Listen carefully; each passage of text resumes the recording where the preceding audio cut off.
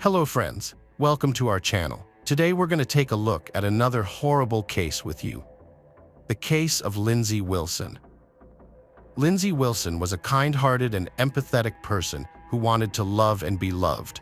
Her primary mistake was failing to recognize her partner's true nature in time.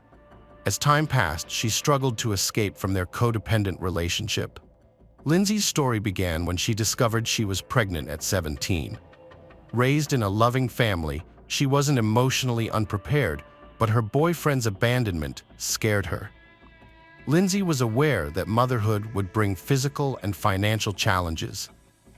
She was relieved to meet Mitchell, who seemed like a gentleman, attentive and caring, and didn't shy away from her despite her pregnancy. However, his true nature would eventually be exposed, leading to devastating consequences. Mitchell fell in love with Lynsey at first sight and wanted to spend his life with her, raising her child as his own. He worked hard to provide for her, even taking extra hours to ensure she wanted for nothing. However, their 5-week-old relationship shocked their parents, who felt they were rushing into marriage. Despite their doubts, they got married in August 1995, surrounded by Lynsey's family and only a few of Mitchell's relatives. Lynsey's family noticed that Mitchell was overly sweet and polite, but they kept their misgivings to themselves. The newlyweds had a dispute on their wedding night, which left a bad impression on Lynsey's relatives.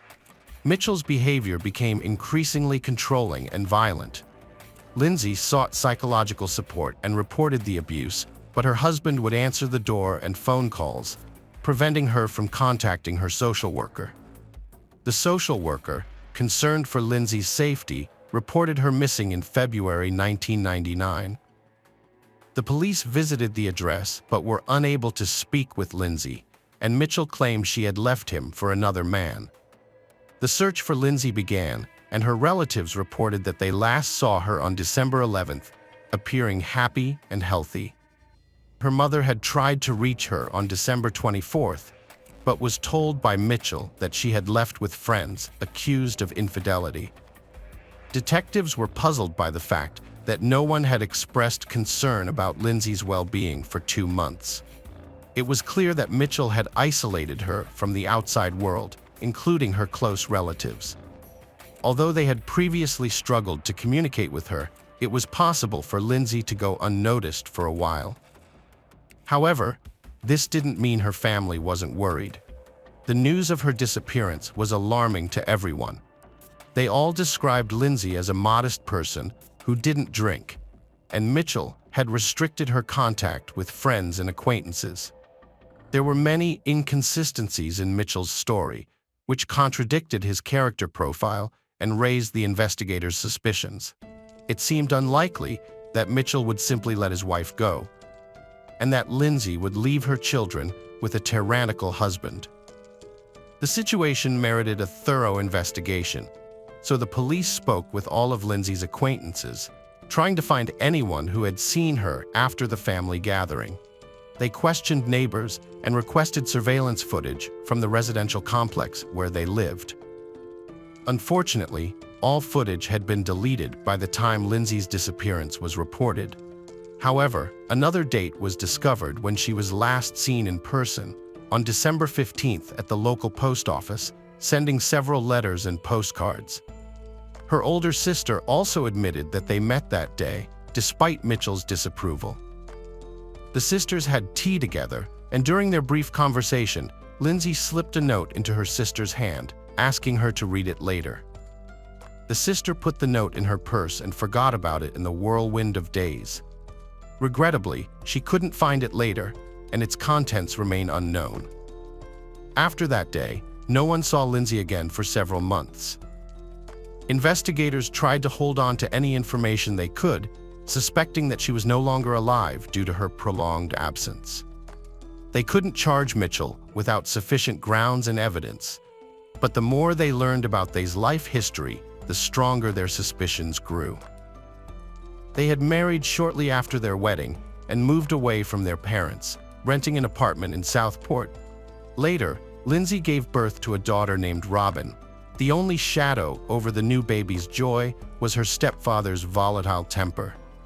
After moving, the young wife fully experienced her husband's unstable moods. One moment, he could be joking and laughing. The next, he became unbalanced and aggressive.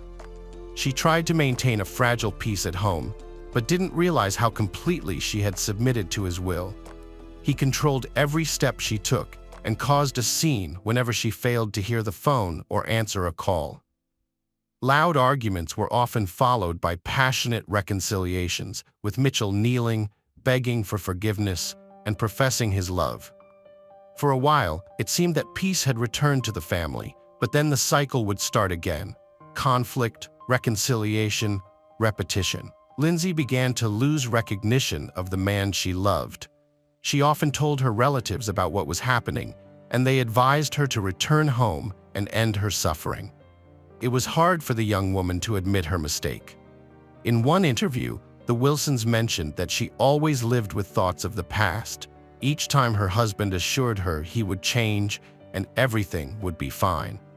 As a loving wife, she wanted to believe him and waited for him to return to his former self, gentle and caring. Meanwhile, Mitchell increasingly tightened his grip and control, forbidding his wife to go out alone in the evenings and eventually restricting her from being anywhere without him. He was jealous of her every move, yet he himself was seen in dubious liaisons. Lynsey confided in her older sister about her suspicions of her husband Mitchell's infidelity. She shared an incident where a woman came to their home looking for him and was shocked to learn he was married. This led to an argument that escalated into physical violence. From then on, physical abuse became a regular part of their life as Mitchell sought to control Lynsey and maintain his reputation. Mitchell began to isolate Lynsey from her neighbors, friends, and family, despite her efforts to secretly maintain contact with them. Lynsey stayed in the marriage because Mitchell provided a comfortable life, financially supporting her and their child. However, when she discovered she was pregnant again, she knew she didn't want more children and decided to terminate the pregnancy. When Mitchell found out, he became enraged, hurling insults and physically intimidating her. Lynsey packed her things, took her child, and returned to her parents' home. Her family was relieved, and she proceeded with the pregnancy termination as planned. Over time, she began to miss Mitchell, who frequently called and begged her to come back. Mitchell eventually convinced Lynsey to give him another chance, and initially, everything seemed to go well. However, his severe anger outbursts continued, and he destroyed their apartment, leading to them being evicted. They had to take out a large loan and move to a more modest apartment. Their relationship continued to deteriorate, with Mitchell frequently leaving home for days or weeks at a time. Lynsey grew accustomed to his behavior, but eventually filed for divorce and returned to her parents' home. She realized she couldn't cope with the separation on her own and reached out to a local charity that assisted women in difficult situations. With their help, Lynsey found subsidized housing in another city and took measures to distance herself from Mitchell, including obtaining a restraining order. She began to rebuild her life, started a journal, and sought therapy. Despite her precautions, Mitchell discovered her phone number and began calling her, demanding to see their son. Lynsey, who had been feeling lonely, reunited with Mitchell despite her relatives' and friends' disapproval. They began living together again, which shocked those who cared about her. However, Mitchell remained unpopular with them, and they eventually stopped communicating with Lynsey, believing she had returned to an abusive relationship. This decision ultimately proved fatal. Initially, Mitchell was cooperative during the investigation into Lynsey's disappearance. However, as the case gained media attention, he shifted his focus and became a public figure, inviting journalists into his home. His numerous media appearances seemed insincere, with some viewers noticing a smirk on his face. Lynsey's parents and detectives viewed Mitchell as the prime suspect, but the lack of direct evidence hindered their efforts.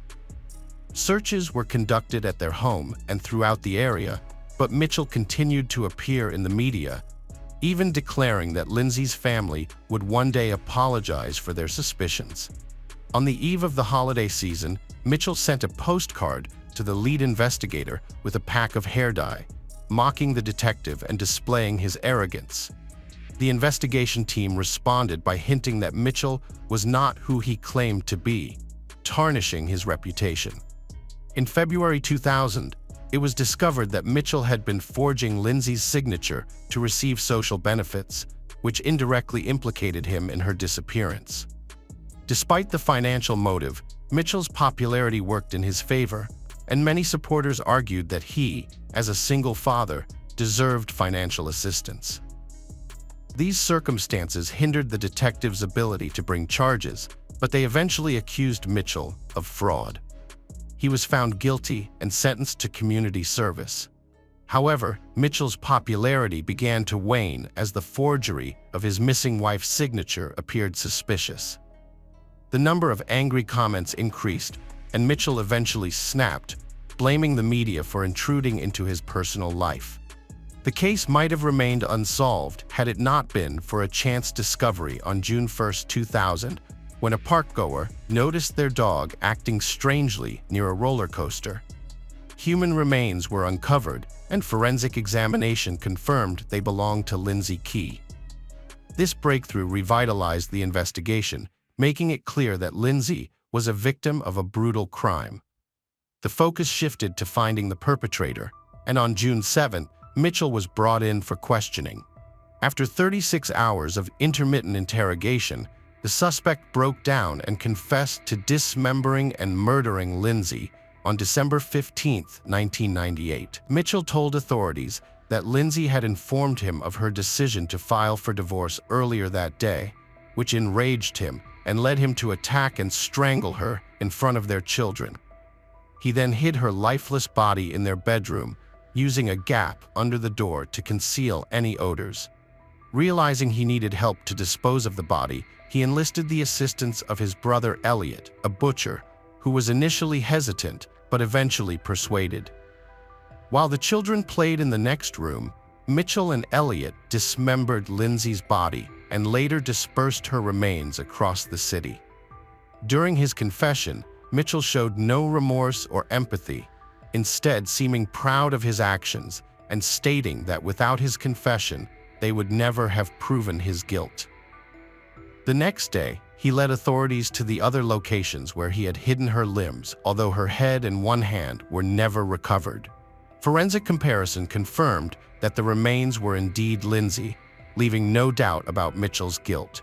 The trial of the Key brothers took place in January 2001, with Mitchell being found guilty of first-degree murder and sentenced to life in prison with the possibility of parole after 17 years.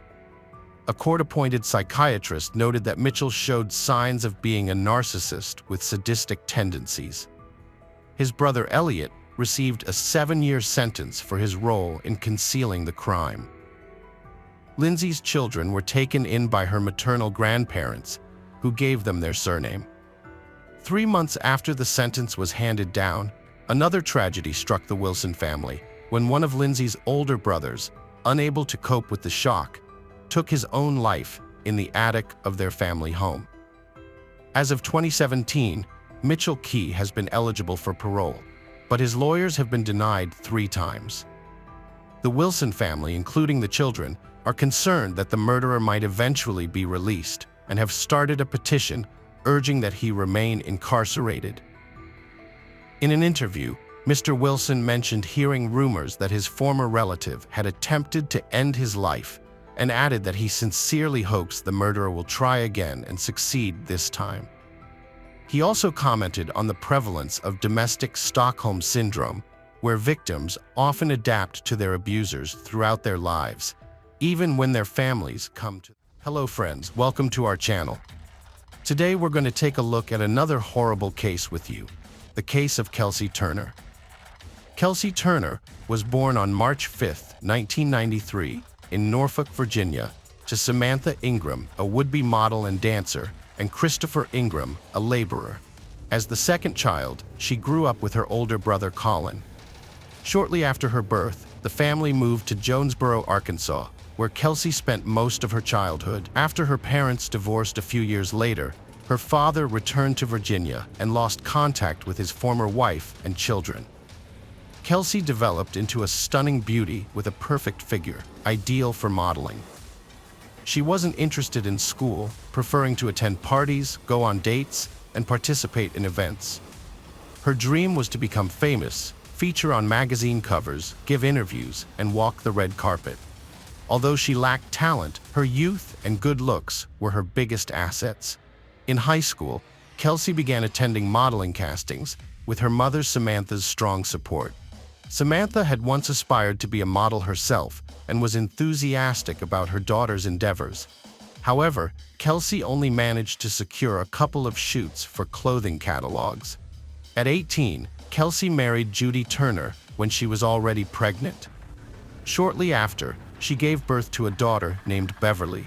However, their marriage was brief and ended in divorce by the time she was 20. After abandoning her runway modeling career, Kelsey decided to pursue a career as a men's magazine model. She created a portfolio featuring provocative photos and submitted them to various publications, which quickly caught the attention of several men's magazines. Kelsey viewed this as the start of a promising career and her path to a glamorous, carefree lifestyle, which she had always aspired to. Over the next few years, she regularly received offers for photo shoots. She enthusiastically gave interviews, attended events, and attempted to establish valuable connections. Notable highlights of her career included one-off shoots for Playboy and Maxim, as well as a photo session and interview with 110 magazine. For these opportunities, she traveled to Los Angeles and Las Vegas. In an interview, Kelsey candidly described herself, stating that she was a blonde with a curvy figure and a slim waist, and asked what more one would need for happiness. She also shared that she enjoyed partying, spending time with friends, and living life to the fullest, believing that life is short and should be lived beautifully and joyfully. Kelsey was not overly concerned about her future, frequently changed partners, and quickly spent the money she earned or received from admirers. At 23, Kelsey had another child, a son named Josh, but the father refused to acknowledge him or marry her. As her modeling career declined, Kelsey turned to social media to build a following. She regularly posted provocative photos of herself in swimsuits, lingerie, and revealing outfits, which were heavily edited to make her look like a Barbie doll. She also shared pictures of herself at trendy boutiques, nightclubs, and popular entertainment venues, creating an illusion of a luxurious and carefree life. However, behind this facade, Kelsey, a single mother of 2 young children, was struggling to make ends meet. She didn't know how to manage her finances wisely and spent all her money as soon as she got it. In 2016, Kelsey faced a serious crisis after an incident involving her daughter, who was left traumatized and became withdrawn and mute, despite being physically unharmed. The incident led to therapy sessions with Dr. Thomas Burchard, a renowned child psychiatrist in Monterey, California, which ultimately contributed to a tragic event years later. Dr. Thomas Kirk Burchard was born in Boston, Massachusetts, on February 16, 1948, to a family of a prominent architect and engineer. His family later moved to Virginia, where his father taught at Harvard and the Architectural College at the Technological Institute. Thomas spent his childhood and youth in Virginia. Unlike his father, Thomas chose a career in medicine, specifically child psychology. After graduating from medical school and completing his thesis, Thomas worked as a pediatric psychiatry resident in several prestigious hospitals and lectured at colleges nationwide. Eventually, Dr. Burchard was employed at a public clinical hospital on the Monterey Peninsula in California, where he worked for over 40 years as a highly sought-after pediatric psychiatrist. Dr. Burchard was a highly respected doctor with a reputation for connecting with his young patients and taking on the toughest cases. He had a doctorate from the University of California, Berkeley, and an impressive academic record with over 300 scientific publications, cited nearly 40,000 times, giving him an H-index of 81. He was also known for his kindness, responsiveness, and generosity. particularly towards his young patients from low-income families. He even paid for hospital treatments for sick children and assisted single mothers. Dr. Burchard lived with a woman named D.Y., who was described as his assistant, housekeeper, lover, or fiancée. She was close to him and the first to notice changes in his behavior, which suggested early signs of dementia or Alzheimer's disease.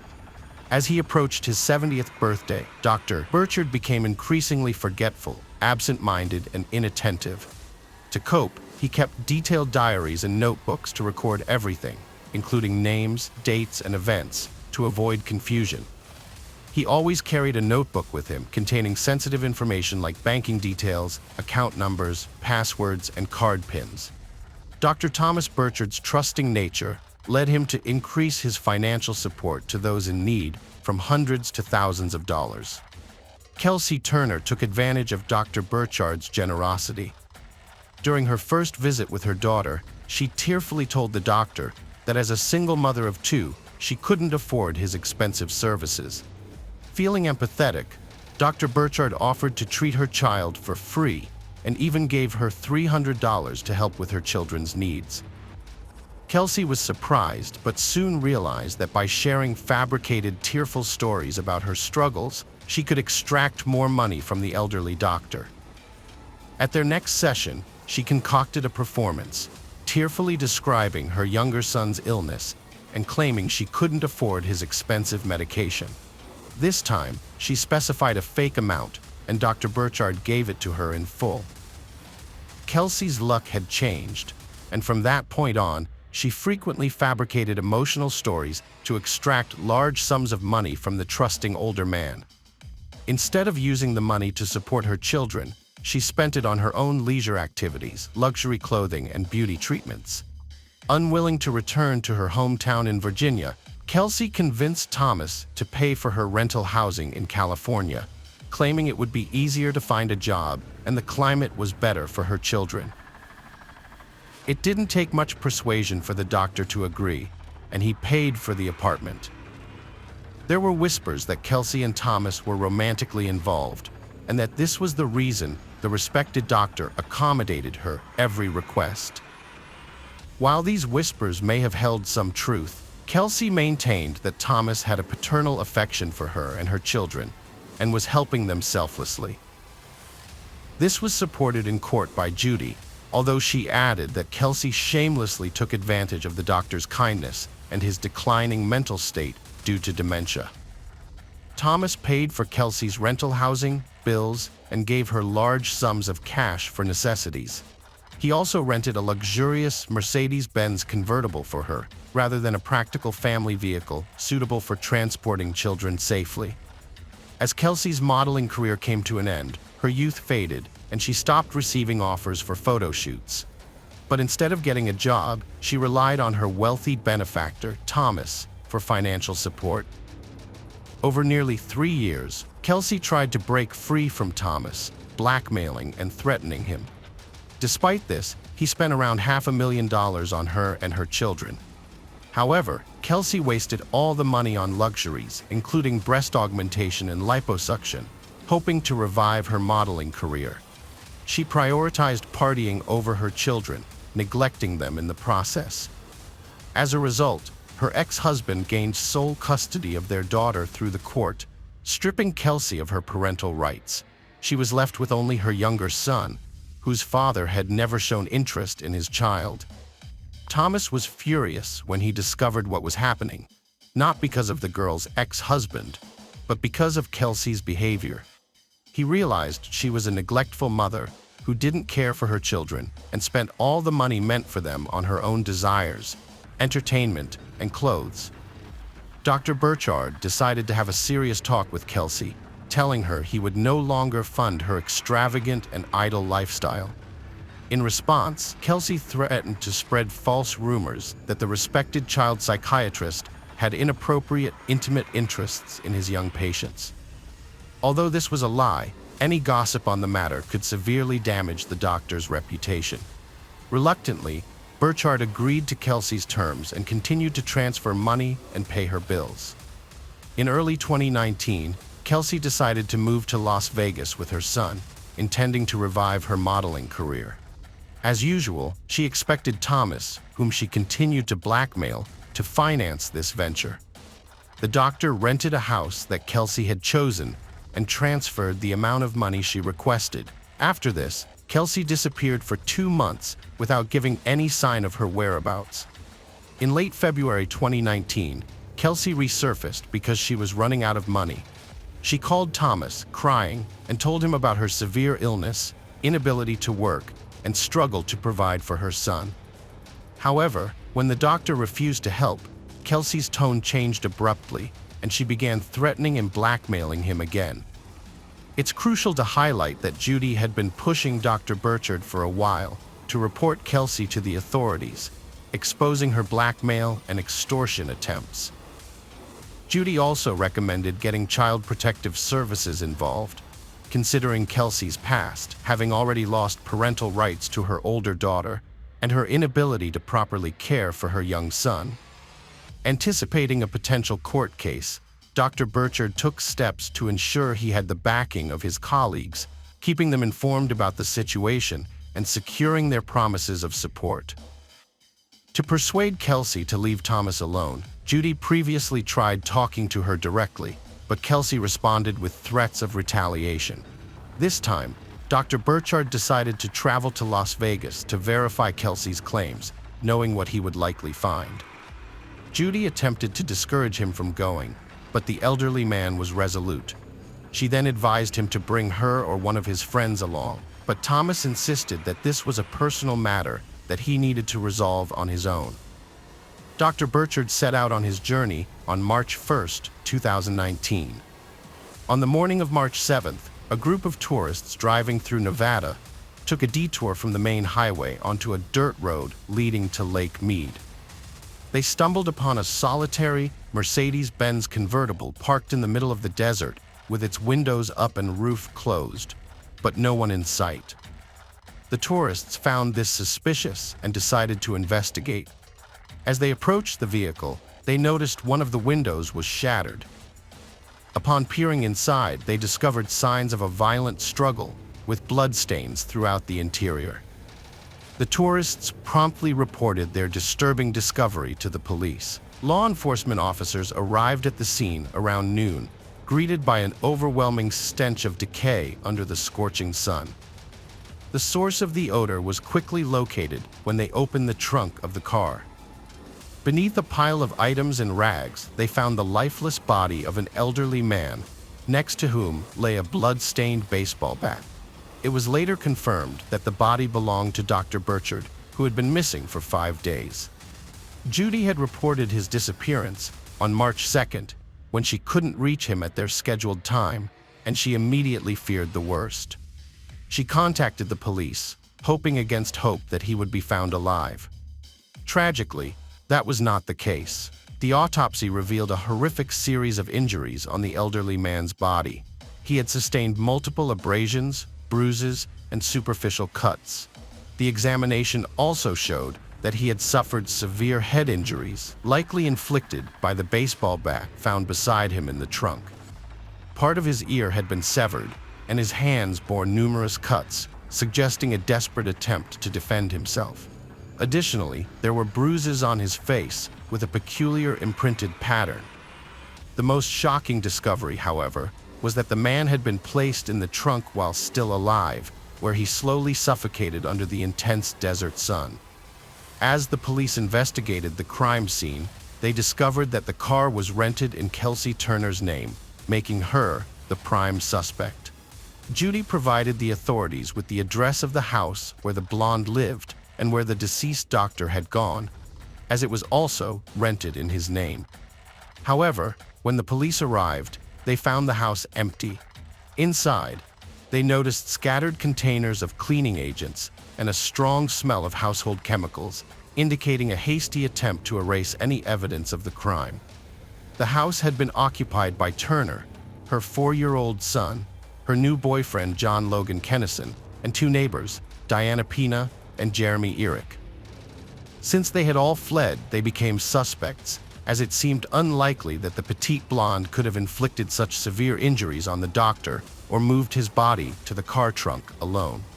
The police managed to interview Jeremy, who recalled that he and his girlfriend had left the house while the doctor was still alive and unharmed. According to Jeremy, his girlfriend had drunk too much and flirted with the doctor, trying to get a few $100s, similar to Kelsey's tactics. This had enraged Kelsey, who accused the woman of trying to steal her boyfriend. The two women almost got into a fight, and Jeremy had to quickly take his girlfriend away from the house. He hadn't returned for several days and was unaware of the subsequent events. Police discovered that Dr. Burchard habitually carried a notebook containing bank account details and passwords, but frequently misplaced it. Following his murder, the notebook went missing, and substantial sums were withdrawn from two of his accounts on March 3rd.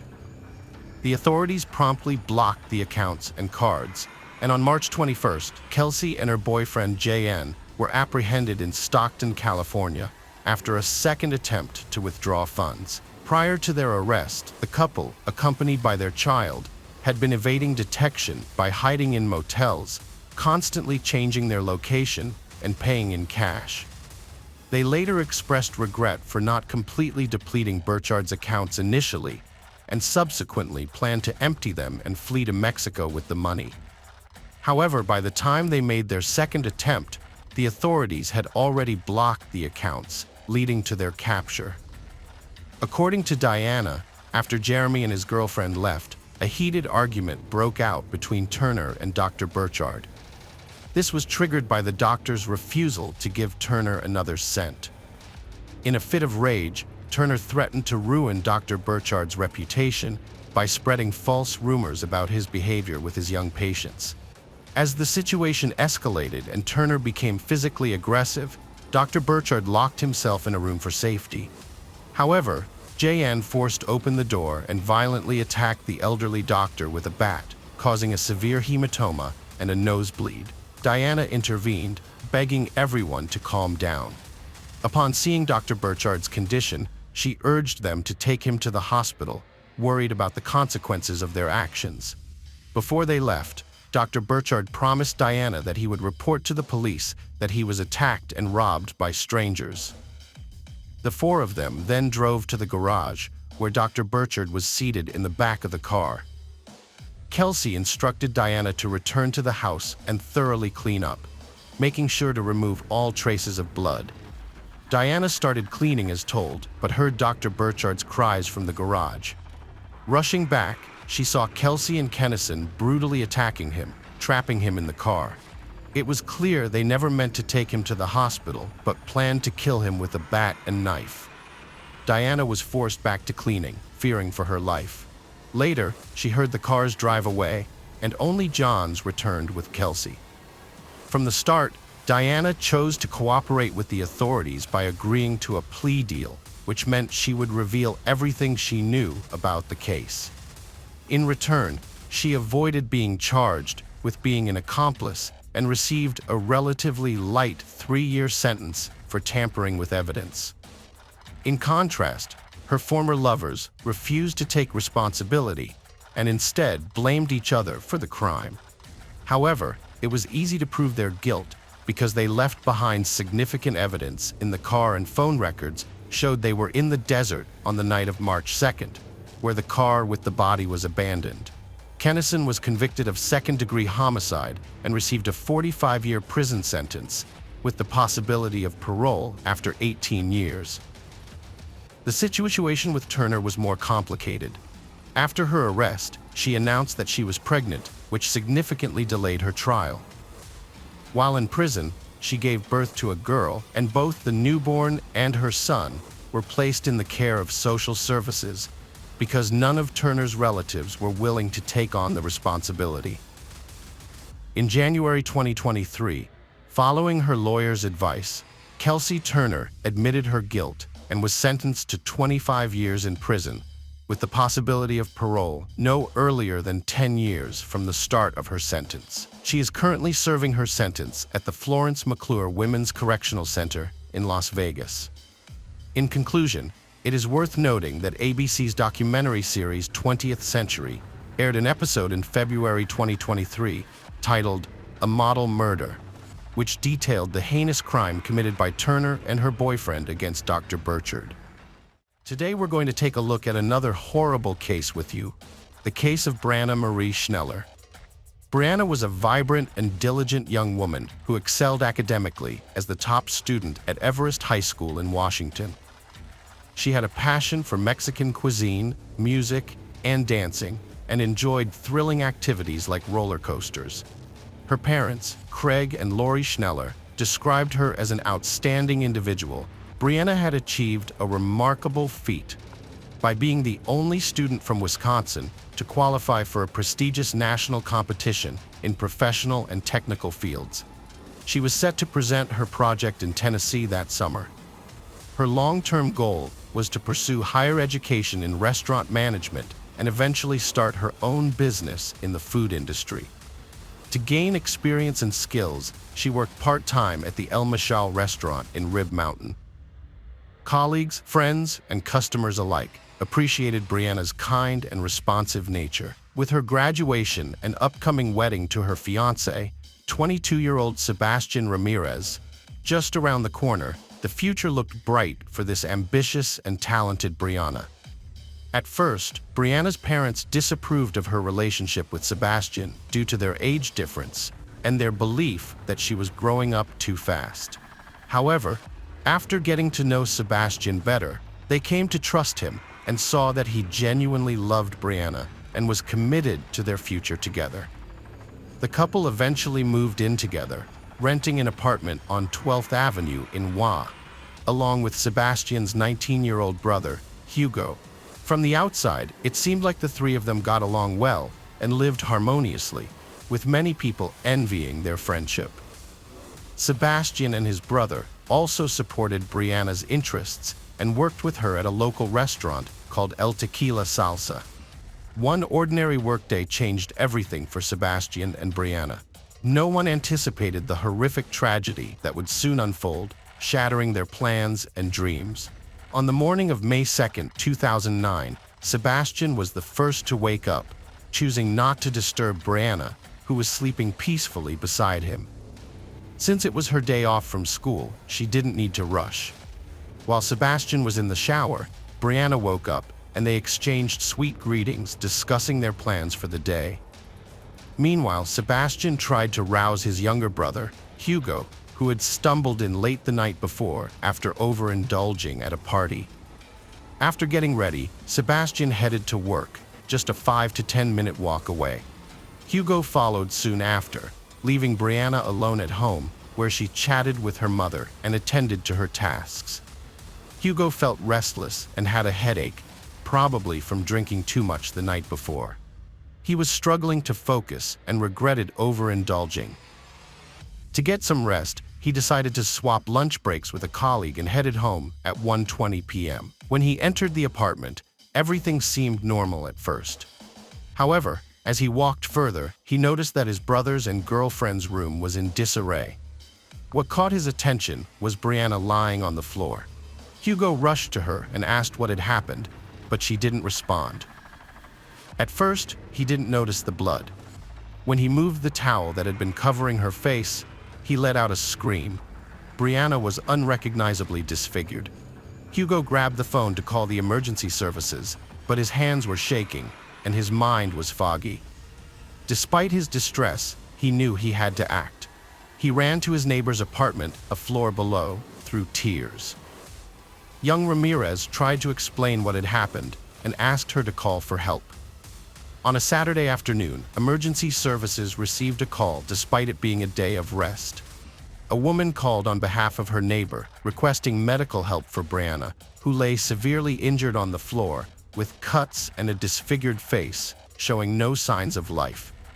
Police and paramedics were immediately dispatched.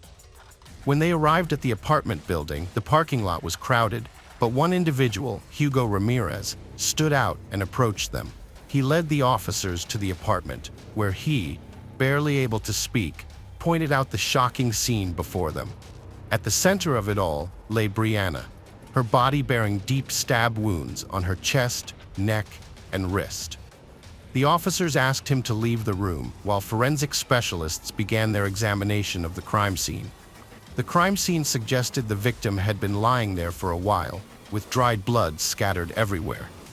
Defensive cuts on her arms showed she tried to fight back, but was overpowered.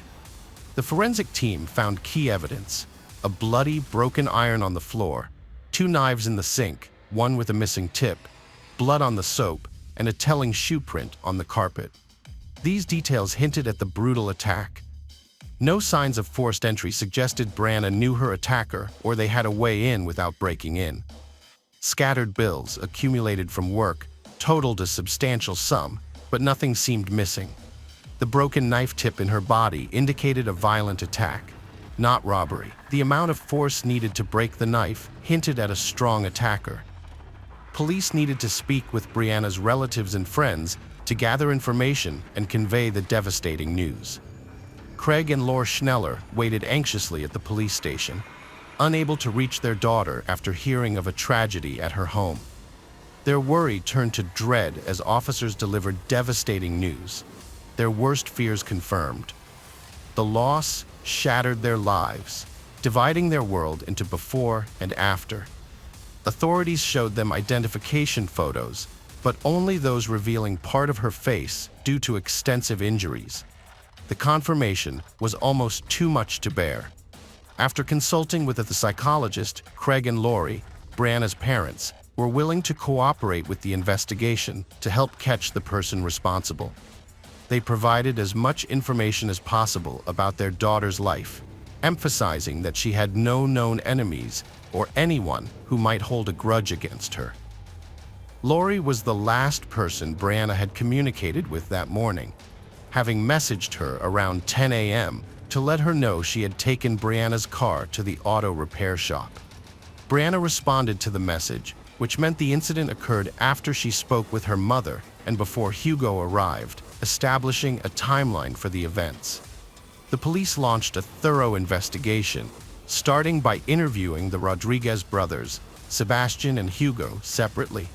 Sebastian, Brianna's fiancé, reported that he woke up at 9:15 a.m., had a brief conversation with Brianna while getting ready for work, and then woke his brother up.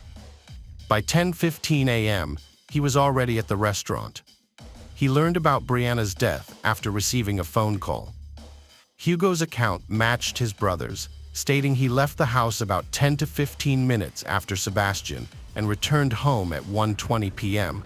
because he was feeling unwell and wanted to rest. However, his illness and fatigue disappeared when he discovered Brianna's body. After that, he was in shock, unable to think clearly or react properly, so he ran to a neighbor for help. The Ramirez brothers' statements seemed believable, and their distress appeared genuine. However, the police knew that convincing performances were not enough. They needed concrete evidence to prove their innocence.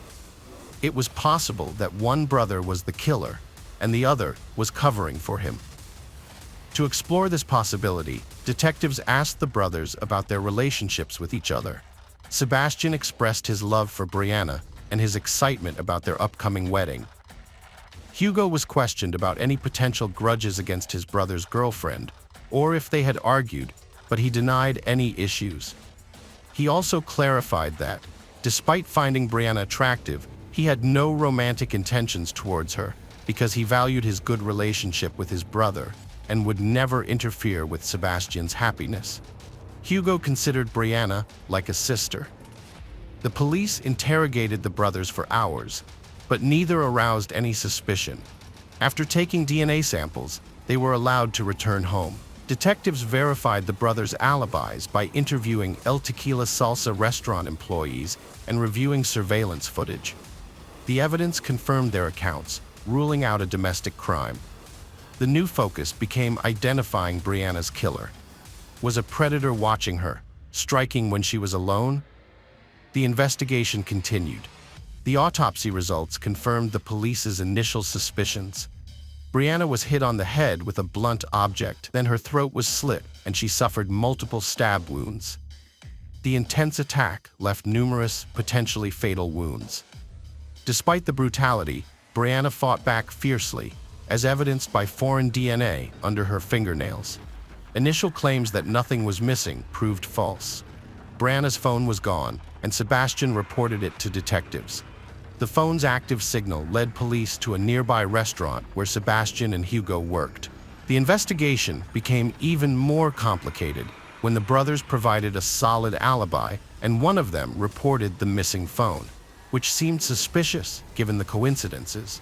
Detectives rushed to the location indicated, but instead of a crime scene, they found themselves in the parking lot of a shopping center with a restaurant. After a brief search, they found a plastic takeout bag in a trash bin with the logo of El Tequila Salsa. Inside the bag, they discovered the girl's phone, 2 mismatched gloves, and a pair of women's underwear. One of the gloves was stained with blood. This unexpected discovery changed the direction of the investigation, suggesting that the crime might have been motivated by intimate reasons and involved a predator. The bag and its contents were sent to the laboratory to be analyzed for potential fingerprints or DNA evidence from the perpetrator. When shown a photo of the items, Sebastian identified the underwear as belonging to his girlfriend. The investigation continued, with multiple interrogations of the restaurant staff, and on May 5th, everyone was asked to provide DNA samples and undergo medical examinations to check for scratches or injuries. The police also thoroughly reviewed both internal and external surveillance footage from the restaurant and neighboring establishments. The police faced a significant challenge in identifying who had discarded the bag. Their initial attention focused on a kitchen worker who arrived late to work around the time Brianna's lifeless body was discovered. However, he had a solid alibi, as a traffic stop for speeding en route to the restaurant supported his claim. Fortunately, reviewing surveillance footage greatly aided the investigation. Raul Ponceroa, a 24-year-old kitchen manager, became a person of interest. He left the building at 10:18 a.m. wearing a brown hoodie, but returned without it at 10:53 a.m. Raul claimed he went to pick up friend Luciano, a dishwasher who lived in the same building as the victims. Upon further inquiry, Raul claimed the errand took about 20 minutes, but a discrepancy remained.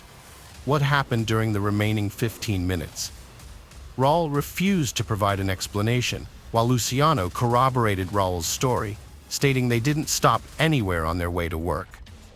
Nevertheless, the 15-minute gap continued to trouble detectives, and Raul's behavior raised suspicions, particularly given the unexplained cuts on his hands, which he attributed to working with knives. Raul seemed suspicious, but there wasn't enough evidence to hold him. However, by May 9th, investigators had established a crucial timeline. On May 2nd at 1:16 p.m., a single employee left the back door of El Tequila Salsa, and at the same time, only one person approached the trash bins. It didn't take long to identify the suspect, and surprisingly, it wasn't Sebastian or Hugo Ramirez, as initially suspected, but Raul Ponceroa, the manager. Authorities searched Raul's home, finding intriguing personal items: women's underwear, adult videos, a brown hoodie, and a glove like one found in a trash bin. They sent his DNA for comparison with the plastic bag samples and analyzed a female hair strand on his clothing. With evidence pointing to Brianna, they awaited test results. Once confirmed, Raul was arrested for suspected first-degree murder. Sebastian was stunned, wondering what drove Raul to hurt Brianna, someone they barely knew. Raul had always seemed kind and cheerful, the last person Sebastian suspected of harming anyone. The trial of Raul Ponrocha took place in 2011, following a lengthy investigation. Despite the overwhelming evidence, Raul denied any involvement in the crime and refused to admit guilt. However, the prosecution presented compelling proof, including the presence of Raul's DNA on all key pieces of evidence, such as the iron, knives, plastic bag, and its contents, as well as under Brianna's fingernails. Furthermore, a shoe print found at the crime scene matched the size and pattern of Raul's shoes. Raul arrived at work at 9 a.m. on May 2, 2009, and on his way to the restaurant, he passed the victim's house, which had long fascinated him. Seeing no car, he assumed she was out and took the opportunity to enter her apartment. Raul had a peculiar habit of collecting women's underwear, which was later found under his mattress. After the Rodriguez brothers arrived, Raul left the restaurant, claiming to pick up lunch. Instead, he entered the victim's apartment, easily unlocking the door. He rummaged through her belongings in her room, and when she caught him off guard, he struck her with an iron and slashed her throat with a knife, inflicting multiple injuries. The investigation found that the killer, Raul, took pleasure in the murder, inflicting multiple wounds with different knives. He then tried to cover his tracks, washing his hands and removing his jacket before resuming work as usual. During a lunch break, he disposed of the evidence in a trash bin, unaware he was caught on the kitchen's video recordings. Raul claimed to have met Brianna but didn't kill her, instead implicating a former restaurant employee, Sergio, who he saw at her house on the day of her death. However, Sergio had an alibi, having left the country weeks prior to care for his ill father in Mexico. He testified at the trial, refuting Raul's accusation and disproving any involvement in the crime. Raul's attempt to shift blame failed. The defendant showed no remorse for falsely accusing an innocent person of a heinous crime during the trial. Brianna's relatives, including Sebastian and Hugo, were present and struggled to contain their emotions. Raul Ponrocha was found guilty and sentenced to life imprisonment without parole. He is currently serving his sentence in Wisconsin. Brianna's father stated that her case became personal for many involved, cherishing memories of her. He confessed that her death broke his heart and he lost faith. It is hoped that Sebastian has closed this tragic chapter and moved forward. His brother Hugo later appeared on a TV show discussing their ordeal. Raul's actions were fatal for Brianna, devastating her family's hearts. If he hadn't tried to cover up his tracks, he might have gotten away with clumsy apologies, possibly leading to a confrontation with the Rodriguez brothers. It's unlikely Brianna would have reported him to the police, and even then, the incident could have been resolved with minimal harm. The case of Nicole Loeb. On August 19, 2014, at 5 p.m., the Portland Emergency Services received a distress call from a man reporting a woman stabbed in the chest at the Timber Creek Apartments. The victim, who was still alive but struggling to breathe, needed immediate medical attention. The eyewitness requested an ambulance be sent to the scene as soon as possible. When paramedics arrived, they found the victim. Despite the paramedics' best efforts, she succumbed to her injuries. Before passing away, she shared crucial information. The man who made the 911 call explained that he and his wife were walking down the stairs towards the parking lot when they heard a scream. He looked to his right and saw a woman running towards them, crying out, "He stabbed me! He stabbed me!" The victim told them that she didn't know her attacker, but described him as wearing camouflage pants and a black hoodie. The manager of the Timber Creek Apartments identified the victim as 29-year-old Nicole Loeb, a leasing consultant who had been working at the complex for a few weeks. On August 19th, Nicole was driving a golf cart to deliver lease renewal letters to residents, along with a balloon and a popcorn package. She marked each apartment on a map as she made the deliveries. The investigation revealed that the attack likely occurred in a specific stairwell at Timber Creek, known as Breezeway. This conclusion was based on Nicole's notations and the map she had marked. It is believed that the attacker was waiting for her under the stairs, as several indicators pointed to this location, including a trail of blood drops and scattered leaflets at the foot of the stairs. During the investigation, several witnesses reported seeing a suspicious young male wearing a black hoodie and cam pants in the area around the time of the attack. By combining the reports and timelines of each sighting, detectives were able to piece together the path the suspect took into and out of Timber Creek. The Washington County Search and Rescue Team searched the woods along Cedar Mill Creek, which runs through the Timber Creek apartment complex. They found several items during their search and sent them to a laboratory to see if they were relevant to the case. The police contacted Chris Laub, Nicole's husband, to inform him of the incident. Chris and Nicole had a blended family, including 2 daughters from his previous relationships and a son together. Nicole was a strong and resilient person who had overcome cancer as a teenager. She developed a passion for fitness and bodybuilding and competed in several events. Her dream was to become a coach and help others achieve their fitness goals. The attack on Nicole was not a robbery, and Tinoco did not attempt to remove any of her clothing. This suggests that the motive behind the attack may have been personal. As a result, detectives began to focus their attention on her husband, Chris. Nicole was a beautiful woman, a loving wife, an amazing mother, and a devoted friend. She was unafraid to share her faith and opinions with others, and her goal was to make the world a better place. Her legacy lives on, and it's clear that she achieved her goal. She touched the lives of everyone in the room in ways that will have a lasting impact. The police interviewed residents of the Timber Creek apartments and found 2 witnesses who saw a man in a black hoodie and cam pants matching the suspect's description running across the road during the time of the attack. The witnesses saw the man running towards the houses across the street from the Timber Creek apartments, not looking around, and with a hood over his head. Using the witnesses' descriptions, detectives created a sketch of the suspect and quickly distributed it throughout the city. A sketch of the suspect was shown on TV. Detectives also worked with informants, gathering several potential leads, including one from a man whose son knew someone named Taylor. According to the man who reported Taylor, he had been threatening people with a knife in recent weeks. The police located Taylor and brought him in for questioning. During the questioning, investigators found his statements unusual and suspected he might be suffering from a mental illness. When asked about Nicole Laub, he openly admitted to taking her life. However, Taylor's confession was inconsistent, repeating information from the news and inventing unrelated details. As a result, police excluded him from their list of suspects. Another potential lead emerged involving a man named Nick, who had a history of crime. Nick had some physical characteristics similar to the suspect in the sketch, but his past behavior didn't suggest he was capable of a crime like the one committed against Nicole.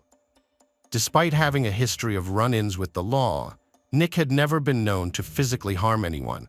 When police brought Nick in for questioning, he denied any involvement in the crime and requested a lawyer. The police then obtained a search warrant for Nick's home, where they found a black hoodie and camouflage pants. However, the hoodie didn't match the witness's description because it had a prominent white logo on the front. The police sent the clothes to a lab for further analysis, but experts found no evidence linking them to the crime. The police obtained Nick's mobile phone records, which provided conclusive evidence that he was not at the crime scene when Nicole was attacked. This eliminated Nick as a suspect, leaving the investigation at a dead end. 3 weeks after Nicole's death, on September 13, 2014, the Eugene Police Department received a call came from Eugene, the second largest city in Oregon. On the night of the 13th, Heather Miller, a 39-year-old woman, was attacked as she was leaving a bar near Autzen Stadium after watching a game. Tinoco, identified as Jamie Tinoco, was publicly named by the police, who released his photo in the hopes that other victims would come forward. Detectives investigating the death of Nicole Laub noticed a resemblance between Tinoco's photo and their suspect sketch. Further investigation revealed that Tinoco lived with his parents in an apartment directly across from the Timber Creek apartment complex where Laub had died. This geographical proximity strengthened the suspicion that Tinoco might be responsible for her death. Detectives questioned Tinoco about his potential involvement in Laub's death, hoping he would confess, just as he had done in a separate case involving Heather Miller. However, Tinoco denied any involvement in Laub's death and refused to cooperate. As a result, the police had to gather evidence to link Tinoco to the crime. With his parents' apartment located directly across from the Timber Creek complex, the police obtained a search warrant. During the search, they found a black hoodie and cam pants in Tinoco's room, which they sent to the lab for analysis. The lab report results with no DNA match found. While there's no concrete evidence linking Tinoco to Nicole's death, he's clearly responsible for attacking Heather Miller and showed no remorse, even taking pride in his actions during his trial. In a new interrogation, investigators used Tinoco's ego to their advantage, suggesting that if he confessed to Nicole Labeb's murder, he would gain respect from other inmates in prison. The detective implied that owning up to the crime would make him appear more formidable, rather than just a coward who attacked a woman from behind. After a brief silence, Tinoco began to open up about Nicole. He claimed that he didn't intend to kill her, but rather wanted to experience the feeling of stabbing someone. According to Tinoco, his goal was to hurt Nicole, not take her life. He described how he had seen Nicole parking a golf cart and carrying a balloon in a small package to an apartment on the second floor of Timber Creek, which is located near his apartment. Nicole was attacked when she went upstairs and then came back down. Tinoco hid behind a golf cart, then ran to the stairs and stabbed Nicole when she descended. He chose Nicole because she seemed like an easy target. When questioned about his intentions, he admitted that he had considered forcing Nicole into a sexual act, just as he had done with Heather Miller. However, he claimed that he didn't follow through with this plan because Nicole screamed loudly after being stabbed, prompting him to flee the scene. During a reenactment of the crime, Tinoco demonstrated how he escaped from the scene. Chris Lobb, Nicole's husband, was shocked to learn that the person responsible for his wife's death was only 17 years old. As a father of a 13-year-old daughter, Lobb found it incomprehensible that someone just 4 years older than his daughter could commit such a heinous crime. The trial started in 2015.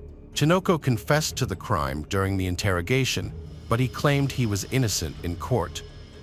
His lawyer argued that there was no DNA evidence linking Tinoco to the crime scene.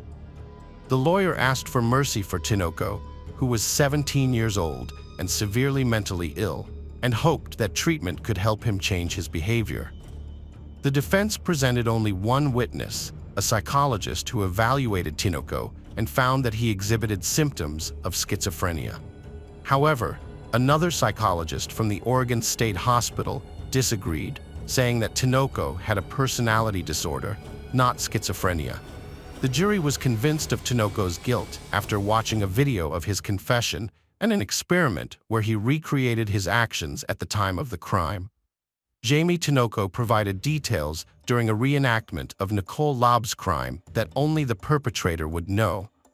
This led to a guilty verdict on all counts in 2017. The jury was tasked with deciding Tinoco's sentence, choosing between life without parole or life with the possibility of parole after 30 years. However, they found insufficient mitigating circumstances to warrant the option of parole, resulting in a sentence of life without parole. Before the official sentencing, Circuit Judge Kirsten Thompson allowed Tinoco to speak. With his attorneys by his side, Tinoco apologized and asked for forgiveness. Chris Lobb, Nicole's husband, recalled that Tinoco's family approached them after the sentencing to offer condolences and apologize. However, in 2021, the Oregon Court of Appeals overturned Tinoco's conviction, citing changes in juvenile laws. At the time of the crime, Tinoco was automatically referred to adult court due to the nature of the offense. New reforms now allow for offenders between 15 and 17 years old to be tried in juvenile court, rather than being automatically referred to adult court. A new law requires prosecutors to request a hearing to decide if a juvenile's serious crime case should be moved to adult court. This change affects the overturned conviction of Tinoco in the Nicole Lobb case. Although Tinoco remains in prison, his defense may try to reduce his sentence if he's retried and reconvicted. Paola Reyes Gorsi was born on April 13, 1991, in Granados, Guatemala, to Jorge and Pren Gorsi, a poor family of 7.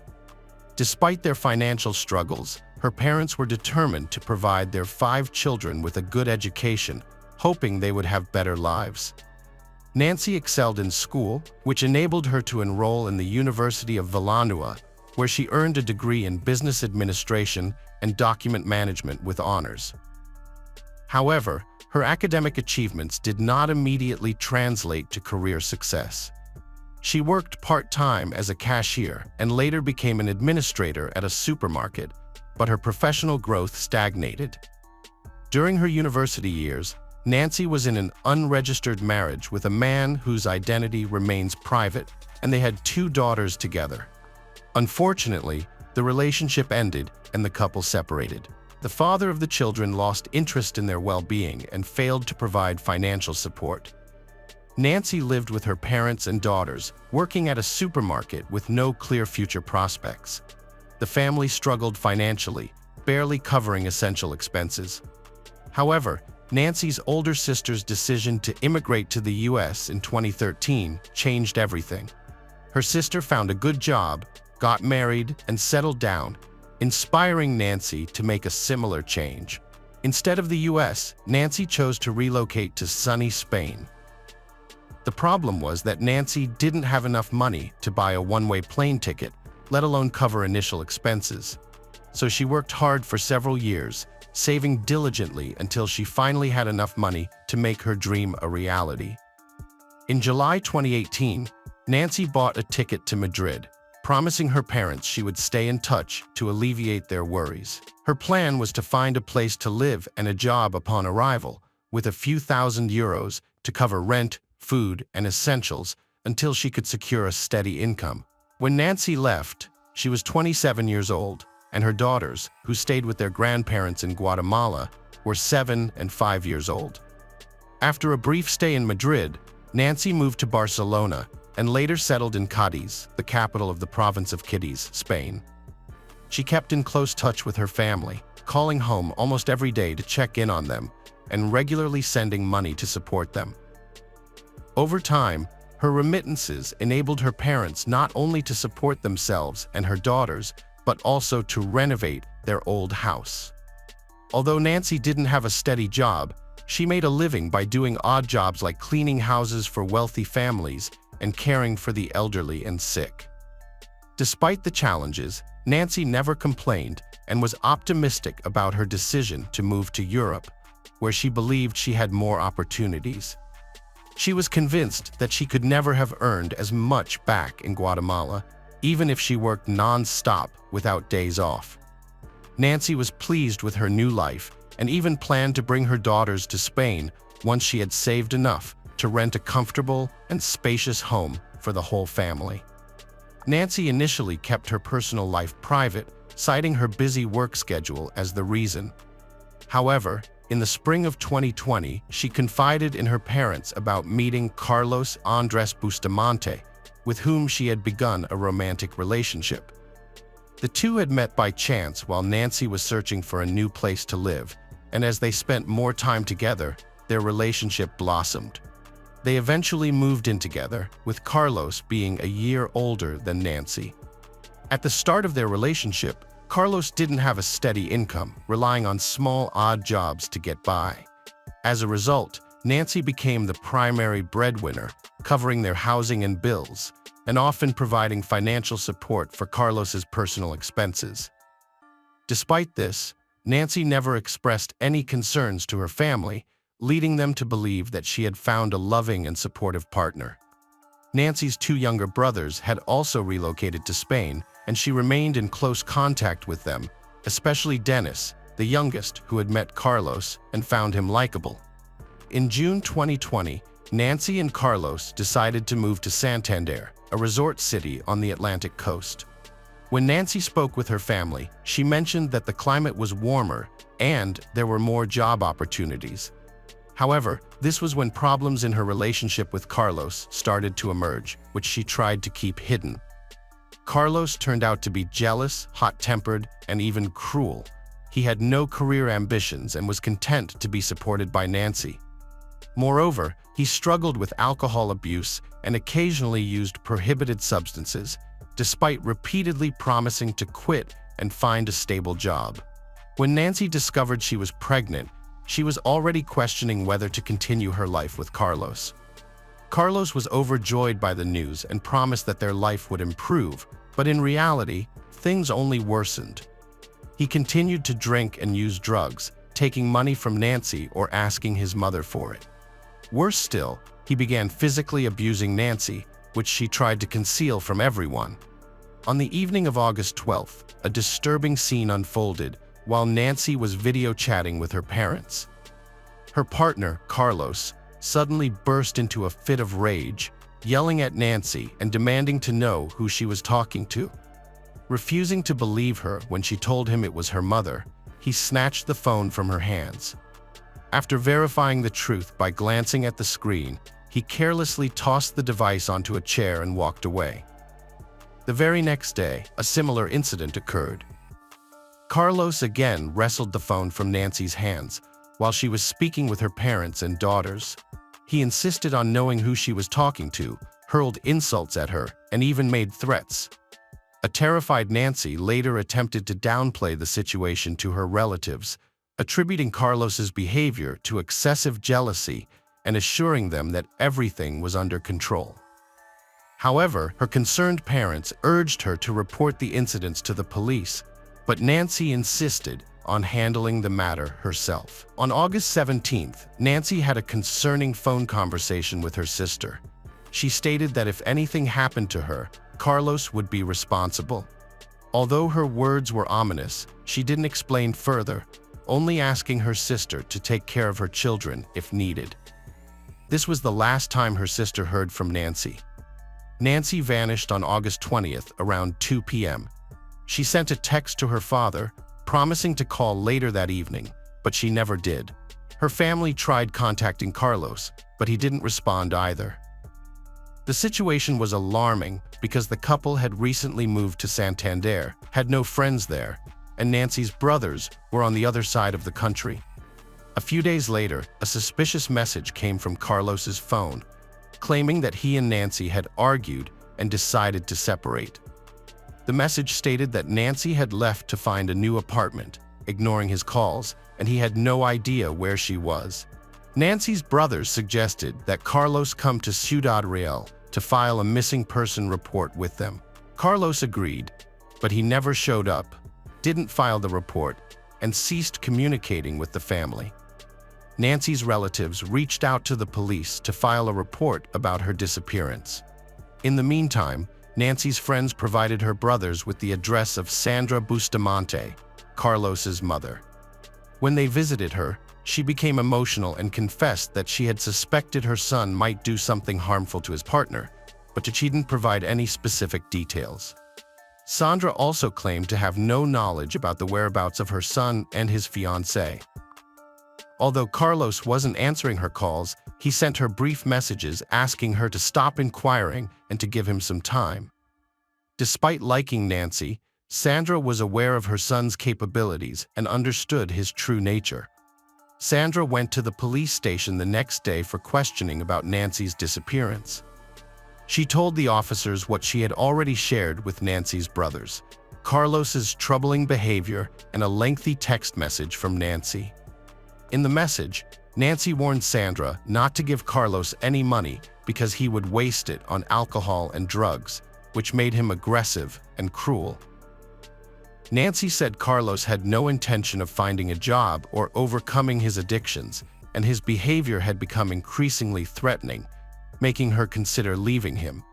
She believed it was better to end their relationship before someone got hurt. The investigation also uncovered some disturbing information about Carlos. He had been convicted of bodily harm multiple times, including brutally beating his own mother when he was 17. Although he only received probation at the time, he later served short sentences for assaulting women he lived with and had relationships with. The investigation into Carlos and Nancy's relationship revealed many red flags from the start. Carlos had a history of aggression, drug addiction, and a criminal record, which was compounded by his uncontrollable rage. Meanwhile, Nancy's friends disclosed that she was not just a housekeeper or caregiver, as she had claimed. Instead, she was providing escort services to wealthy clients in Santander, earning a substantial income. Carlos was aware of her occupation and initially accepted it, as it allowed him to avoid finding work himself. However, when Nancy became pregnant, Carlos's behavior became increasingly erratic. He grew suspicious about the child's paternity, wondering if it belonged to one of her clients. Additionally, he was consumed by jealousy, vacillating between preventing her from interacting with other men and forcing her to continue working to support them financially. Meanwhile, Carlos squandered the money he took from his mother on his own vices, leaving them struggling to make ends meet. After nearly a week of unexplained absence, Nancy and Carlos's whereabouts were unknown. Although Carlos had been in touch through messages, he never revealed his location. It wasn't until August 26th that police finally obtained a search warrant for the couple's vacant rental apartment in Santander. The discovery they made was gruesome and left no doubt that Nancy had met a tragic end. Bloodstains were found throughout the apartment, with some attempts made to clean them up, but most were still visible to the naked eye, including in the clogged bathroom and toilet drains. The police also found fragments of bones, hair, skin, and internal organs. Forensic analysis confirmed that these belonged to Nancy, even though her body was not found in the apartment. The crime scene suggested that Nancy had been brutally killed, dismembered in the bathroom, and her remains disposed of elsewhere. Carlos was quickly identified as the main suspect in the case due to evidence found in the apartment, including a package from a local hardware store with his fingerprints on it. The package was for a small hatchet, but the tool itself was not discovered. Further investigation revealed that Carlos had bought the hatchet, along with rubber gloves and large trash bags, at a nearby market on August 20th. This was confirmed by security footage from the store. An elderly vendor who sold Carlos a small cart also positively identified him from a photo. The day after the gruesome discovery in the apartment, Carlos surprisingly surrendered to a Madrid police station, attempting to shift suspicion away from himself. He claimed to be reporting Nancy missing, but was promptly arrested as the prime suspect in the heinous crime. Carlos professed his innocence, stating that he and Nancy had argued and parted ways on August 20th, after which he left town in an emotional state. Unaware of any subsequent events involving Nancy, he suggested that someone might have attacked her when she returned to gather her belongings. However, Carlos's alibi seemed dubious, especially considering the police found his fingerprints on the hatchet's packaging. Despite conducting an extensive search of nearby wastelands, sewer systems, and the coastline with the help of divers, no trace of Nancy was found. To further investigate, the police tracked Carlos's movements from August 20th to 26th, using his mobile phone signals, revealing that he had spent 3 days traveling along the coast and visiting Bilbao and Burgos before heading to Madrid.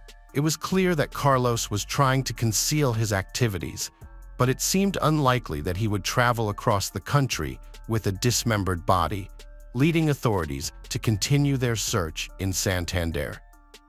Street surveillance footage captured Carlos's movements on the evening of August 20th. He was seen walking towards a large forest park, but returned to his apartment late at night. He then left again, this time pushing a cart filled with unusual, oddly shaped bags. Since there were few cameras within the park, Carlos vanished from view once he entered the wooded area. Later, he re-emerged with the same cart, but it was now significantly lighter. He then proceeded towards the railway tracks, which were located near a steep cliff overgrown with bushes. After visiting this area, Carlos returned once more, but this time without the extra weight, providing law enforcement with a clear lead on where to search for the body. On September 16th, police discovered bags containing badly decomposed human remains in a heavily overgrown area on a hillside. The remains were identified as those of Nancy Gorcey, who had been dismembered into 20 parts using a hatchet. Although security camera footage showed everything Carlos had transported in a cart was recovered, one crucial item was still missing: the fetus of the 4-month pregnant Nancy. The state of the victim's genitals and lower abdomen revealed a brutal mutilation with a knife and hatchet, suggesting that the killer had removed the fetus and disposed of it separately from the mother's body. Despite mounting evidence, Carlos refused to admit his involvement, providing contradictory statements and trying to shift the blame onto an unknown attacker. However, traces of Nancy's blood were found on his clothes and shoes, which he had attempted to wash off but failed to completely remove. Through diligent investigation, authorities were able to reconstruct the sequence of tragic events and the entire scenario of the crime, ultimately incriminating Carlos. Forensic experts have reconstructed the events of August 20th. After an argument, the man brutally beat and strangled his pregnant partner, Nancy, in the kitchen, where bloodstains were later found on the floor and walls. Next, he moved Nancy's body to the bathroom, went shopping at a hardware store in the market, and then used a hatchet and large kitchen knife to dismember her body into 20 pieces. He placed the pieces in bags and loaded them into a cart. That night, he took the cart to a park, searching for secluded areas to dispose of the body parts. He followed a pre-planned route, scattering the bags in various locations, hoping they would never be found. The fate of the fetus removed from Nancy's body remains unknown. Carlos denied his guilt, claiming to have loved Nancy from the time of the murder until his arrest in Madrid. He used the money he stole from Nancy to fund his daily bar hopping across various cities.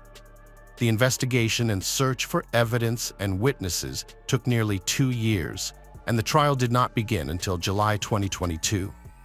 In November 2022, Carlos was found guilty of the premeditated, brutal murder of Nancy and her unborn child, as well as the dismemberment and desecration of her body. However, many considered the sentence too lenient. Carlos was sentenced to 25.5 years in prison and ordered to pay €150,000 in compensation to Nancy's parents and daughters.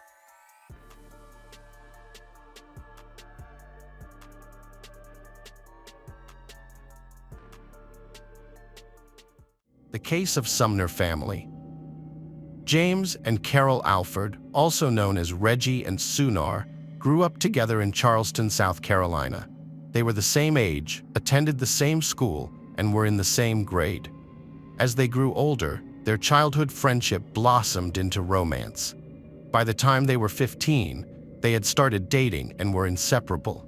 Their friends thought they made a beautiful couple, and James and Carol kept photos of their happy early years in their archives. They dreamed of a long, happy life together and planned to get married as soon as they turned 18. Their parents approved of their relationship and supported their decision.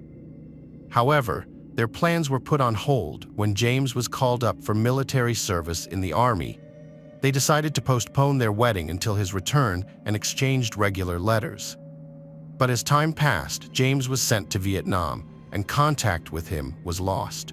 Carol didn't know if he was alive, as he stopped writing to her. Carol continued her studies and got a job at the Charleston Air Force Base.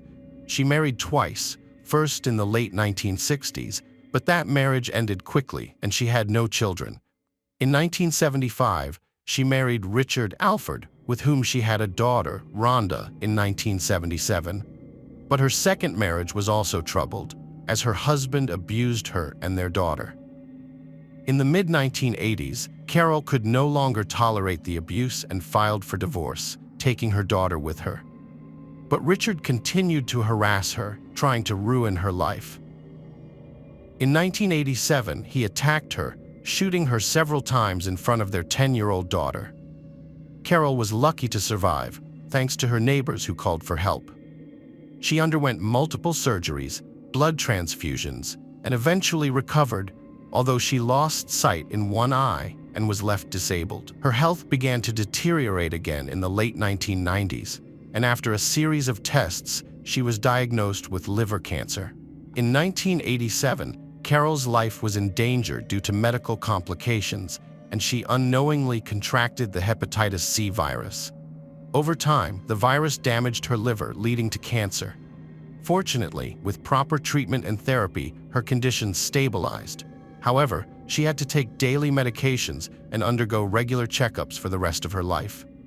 The hepatitis C diagnosis, combined with previous severe gunshot wounds, made it impossible for her to work physically demanding jobs. She eventually found work as a call center operator. Meanwhile, James, her high school sweetheart, had a traumatic experience in Vietnam. He was severely wounded and mistakenly reported dead. He survived and returned home, but lost contact with Carol. Years later, James married, but the marriage ended and he was left alone, struggling with chronic health issues. In 2000, Carol received a call at work from a familiar voice, James. She was hesitant to believe it was really him, as she thought he had died in the war. The two cried and reminisced, eventually agreeing to meet in person. After 38 years apart, they reunited and rekindled their romance. Carol and James started seeing each other daily and soon decided to move in together. They got married 5 months later and lived in the Riverland Terrace neighborhood of Charleston, South Carolina. Despite their health issues, they were happy and took care of each other. They lived near the Cole family, who had their own set of troubles, including Stephen, a Vietnam veteran confined to a wheelchair, and his wife Natalie, who often spent time with friends in bars. Tiffany, the daughter of James's ex, was often left to fend for herself from a young age. She would hang out on the streets with no money, not even for small treats. When James and Carol started living together, Tiffany was still in high school. Carol, being kind-hearted, sympathized with the girl who was unwanted by her own mother. For 5 years, Carol looked out for Tiffany like a daughter, inviting her to family meals, buying her clothes, and giving her money for expenses. In 2004, when the Summers decided to sell their Chevrolet Lumino minivan, Tiffany asked to buy it in installments since she had no money and desperately needed a car. The Summers agreed to sell it to her for a very low price, divided into 12 payments over a year. In early 2005, the Summers were forced to move to Florida due to their deteriorating health. Doctors recommended a warmer climate, so they sold their Charleston home and bought a new one in Jacksonville, along with a Lincoln Town car. They were happy in their new home, making plans for their future. Every day, Carol would call her adult daughter Rhonda, sharing her thoughts and plans. But one day in June 2005, Carol didn't call, and Rhonda couldn't reach her. Rhonda was worried but hoped everything was okay. The next day, there was still no answer. Rhonda called her mother's and James's cell phones every half hour, but they were unavailable and the answering machine remained unanswered. On the third day, Rhonda drove to Florida to check on her mother and stepfather. When she arrived, she noticed the car was missing, the front door was open, and the house was in disarray. There was a table set for dinner, but the food was 3 days old. It looked like the owners had abruptly left in the middle of a meal. Rhonda saw medications, including her mother's cancer pills and James's insulin, on the bedside table. The cell phones were dead. Rhonda realized her mother and stepfather couldn't have left without their medications and phones, so she contacted the police to report the incident. The police put out a wanted list for the Summers car, blocked their bank cards, and began searching for them. The first few days yielded no results, but on June 12th, a man called a bank, claiming to be James Schur, complaining that his card was blocked. This led the police to investigate further. The bank employee became suspicious when checking the card information and offered Mr. Schur to visit the nearest branch to resolve the issue, but he hung up. Shortly after, a woman called from the same number, claiming to be Mrs. Carol Schur, and reported a similar problem with her blocked card. When asked to visit the bank in person, she refused, citing health issues, and asked to regain access to her savings, which was denied. The bank immediately handed over the call recordings and information to the police. When played to Rhonda, the couple's daughter, she confirmed that the voices did not belong to her parents, who were in their 60s, while the callers sounded much younger. The police suspected that the imposters were involved in the couple's disappearance, either holding them captive or killing them after obtaining bank account information. A few days later, the couple's abandoned car was found on a deserted road with no signs of struggle or blood inside. However, hair and sweat marks from both spouses were found in the trunk, suggesting they were taken away in their own car. Further investigation revealed that money had been withdrawn from their accounts after their disappearance, and ATM footage showed a young man making the withdrawals. The police traced the calls made from the imposter's number and found that the SIM card was purchased shortly before the couple's disappearance. A call was made to a car rental company where a Mazda RX-8 was rented under the name Tiffany Cole. The same car was used to withdraw money from the couple's accounts. Using the car's built-in tracking device, the police located the Mazda RX-8 at a hotel in Charleston. A team was sent to apprehend the suspects, who were found celebrating in their hotel room, surrounded by packages and receipts from lavish purchases. The three suspects, Tiffany Cole, Michael J. Jackson, and Alan Lindell Wade, were taken into custody and questioned separately. Initially, they feigned ignorance or remained silent, but after several hours of interrogation and presentation of evidence, Tiffany confessed to robbing the elderly couple and using their stolen money to fund their lifestyle. Tiffany and her new boyfriend stayed overnight at the Summers house, where they were treated to dinner and hospitality. During the meal, Carol Summers mentioned that they had almost $100,000 in savings, which sparked an idea in Tiffany's mind. That night, Tiffany and her boyfriend began making plans to get their hands on the money. They enlisted the help of two accomplices, Bruce and Alan, and started putting their plan into action. On June 6th, Tiffany rented a car while Bruce and Alan stole 4 shovels. Together, they drove to a deserted spot in the woods and began digging a grave for the Summers. On July 8th, Tiffany bought rope and duct tape, which she gave to Bruce and Alan. That evening, they approached the Summers house, pretending to need help and asking to use their phone. Carol, feeling sorry for them, let them in. Once inside, Bruce and Alan attacked the Summers, binding their hands and feet with duct tape and blindfolding them. They questioned the couple about their money and valuables, threatening them with torture and death. The Summers gave in, hoping to spare their lives. As soon as the attackers got the information they needed, 2 more accomplices arrived, helping to drag the Summers out to their car. They drove the car to the woods, with Tiffany and her boyfriend following behind in a second car. In the trunk, James managed to free his arm and remove the duct tape from his and his wife's faces. But it was too late. The car stopped, and the Summers were led to the grave, where they were pushed to their deaths. The elderly couple pleaded for their lives, but the young criminals showed no mercy, brutally killing them by burying them alive. According to Bruce, the perpetrators covered the bound couple with earth for about an hour, during which time the victims cried, confessed their love for each other, and said goodbye.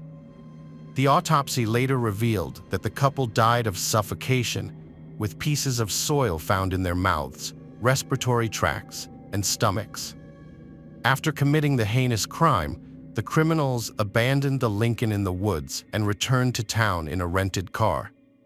They broke into the Summer house, stealing valuable items, and then returned to South Carolina to spend their loot. However, their celebration was short-lived, as the stolen cards were blocked after 2 days, and all 4 perpetrators were arrested 4 days later. The trial and conviction followed. Bruce Nixon, who had fully admitted his guilt and cooperated with the investigation, was sentenced to life imprisonment without parole. Tiffany Cole, who claimed she was not directly involved in the murder, was given the death penalty, along with Jackson and Lindell, who had chosen to remain silent. The evidence against them, including Tiffany's involvement in the criminal plan, renting a car, and participating in the grave digging, was overwhelming. The 4 criminals appealed their sentences multiple times, but they were all denied. Although Jackson, Tiffany, and Lindell were sentenced to death, The penalty was never carried out, even 18 years after their atrocious. The case of Michelle Young. Michelle Marie Young, born in February 1977 in New York, grew up with her younger sister Meredith, with whom she was extremely close. Their mother, Linda, devoted significant time to her daughters, encouraging their development and nurturing their talents. Michelle was drawn to law and economics from an early age, hoping to pursue a career in these fields. After high school, she applied to several universities and was accepted into a prominent institution in North Carolina's capital. At the university, Michelle excelled in her economics and law studies, earning a master's degree. Upon graduation, she landed a prestigious position at a leading accounting firm in the state. Michelle's career flourished, earning a good income and making ambitious plans for her future. To celebrate her 24th birthday, she gathered with friends and colleagues at a popular local venue. During the celebration, a stranger accidentally knocked a cocktail out of Michelle's hands. The apologetic stranger, Jason Young, offered to buy her another drink. As they conversed, Jason's charming and witty nature caught Michelle's attention. He asked her out on a date, and Michelle, feeling a spark, accepted, believing their encounter was meant to be. After they started talking, they discovered they had a lot in common. Both had attended the same university, with Jason graduating 3 years earlier. They shared a love for the same hockey team and music group. Their mutual interests quickly blossomed into a romantic relationship, but living together or getting married was not an option at that point. Jason still lived with his parents in Brevard and would only visit Michelle in Raleigh on weekends or meet her during business trips to the state capital. During one of these visits, Michelle surprised Jason with the news that she was pregnant. This revelation shocked both of them, as they weren't ready to become parents. They were focused on their careers, making progress, and hadn't planned on starting a family yet. Jason immediately accepted the situation, but Michelle was unsure at first, eventually deciding to keep the baby and not have an abortion. It took Jason about a month to come to terms with the news, after which he relocated to Raleigh to be close to Michelle, who was now pregnant. A few months later, they got married, but not because of romantic feelings or the pregnancy itself. The real reason was that Michelle lacked health insurance, and having a child would have been extremely costly without it. Marriage provided a solution, allowing them to avoid these expenses. Michelle gave birth to her daughter, Cassidy Elizabeth, in the spring of 2004. As a newlywed, Michelle dedicated herself to domestic life and family responsibilities, with the help of her mother and younger sister. Although Michelle's family initially had reservations about Jason, they made an effort to avoid conflicts and accept him. Later that year, the Young family moved into a large house in a quiet, landscaped area of the city. During her visits, Michelle's mother, Linda, noticed that there was tension within the family. Jason had a volatile temper, and Michelle constantly worked to resolve their disputes and present a united front in public, pretending to be a happy wife and mother. Only her mother, Linda, knew the truth about their relationship.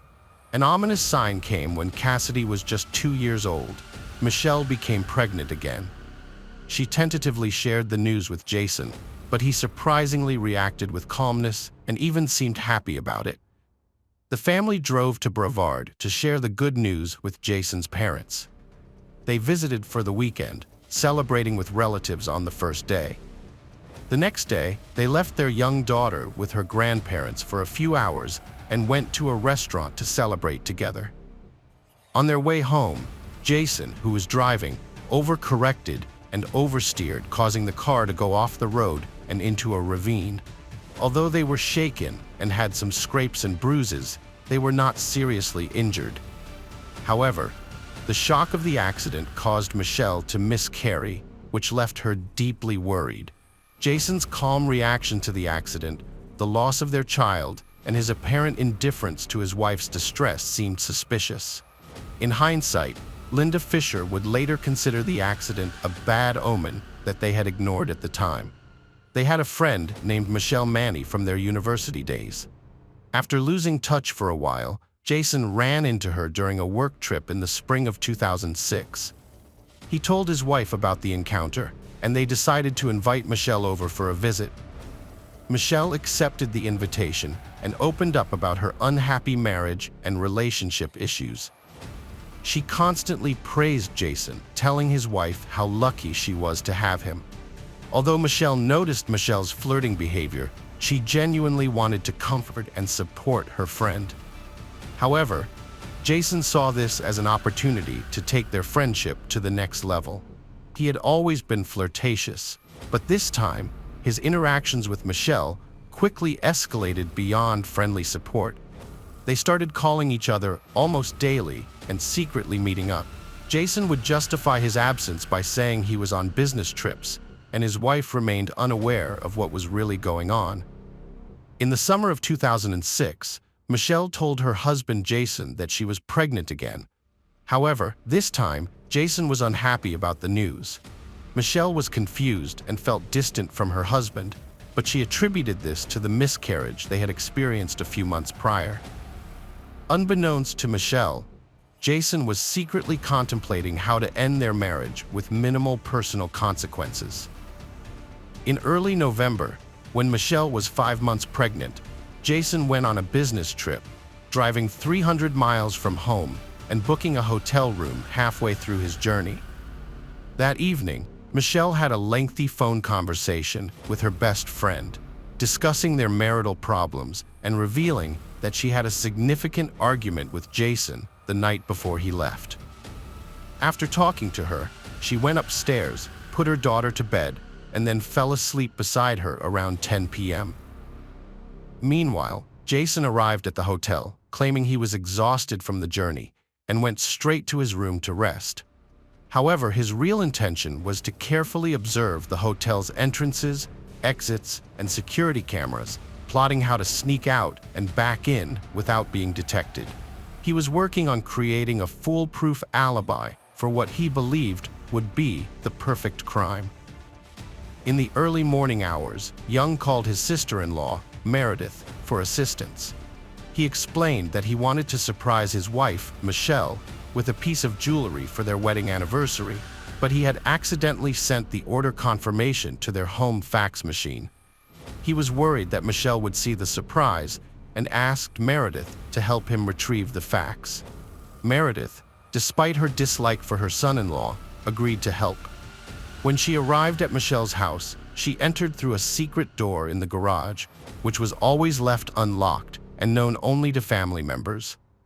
The house was eerily quiet, and Meredith found Michelle's personal belongings, including her papers, keys, and wallet, in the hallway, suggesting that she hadn't left the house.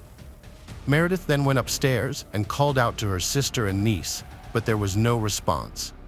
As she entered the bedroom, Meredith was met with a horrific scene. Michelle lay lifeless on the floor, her skull severely fractured, surrounded by a pool of her own blood.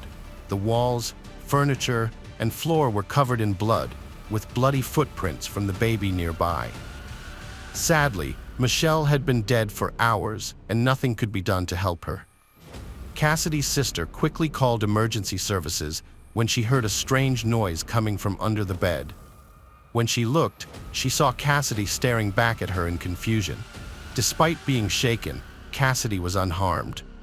It became clear that she had witnessed her mother's death and had stayed by her body for hours, as evidenced by the floor marks and the toys she had brought to her mother. Further investigation revealed that Michelle's body bore the signs of a brutal and prolonged beating, with numerous bruises, abrasions, and fractures. Her teeth had been knocked out, and her skull was fractured by a heavy, blunt object that was never recovered. A bloody pillow lay nearby, suggesting that the killer had used it to smother the victim.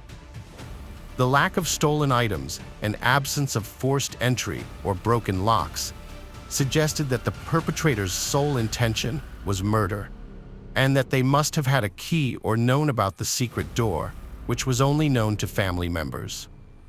The main suspect in the case was the husband of the deceased, but he claimed to have a solid alibi. He said he checked into his hotel room in the evening and didn't leave until morning, when he attended a scheduled business meeting. An investigation confirmed that he used his room key card to enter and exit his room. However, further investigation revealed several inconsistencies. For instance, a hotel employee found that the emergency exit door had been propped open with a cobblestone to prevent it from slamming shut. The surveillance camera that monitored this door had been intentionally disabled on the night of the murder. In fact, it stopped recording around half an hour after the suspect checked into his room.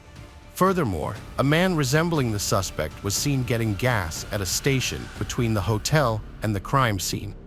When asked to provide identification, he refused and quickly left the station without waiting for change.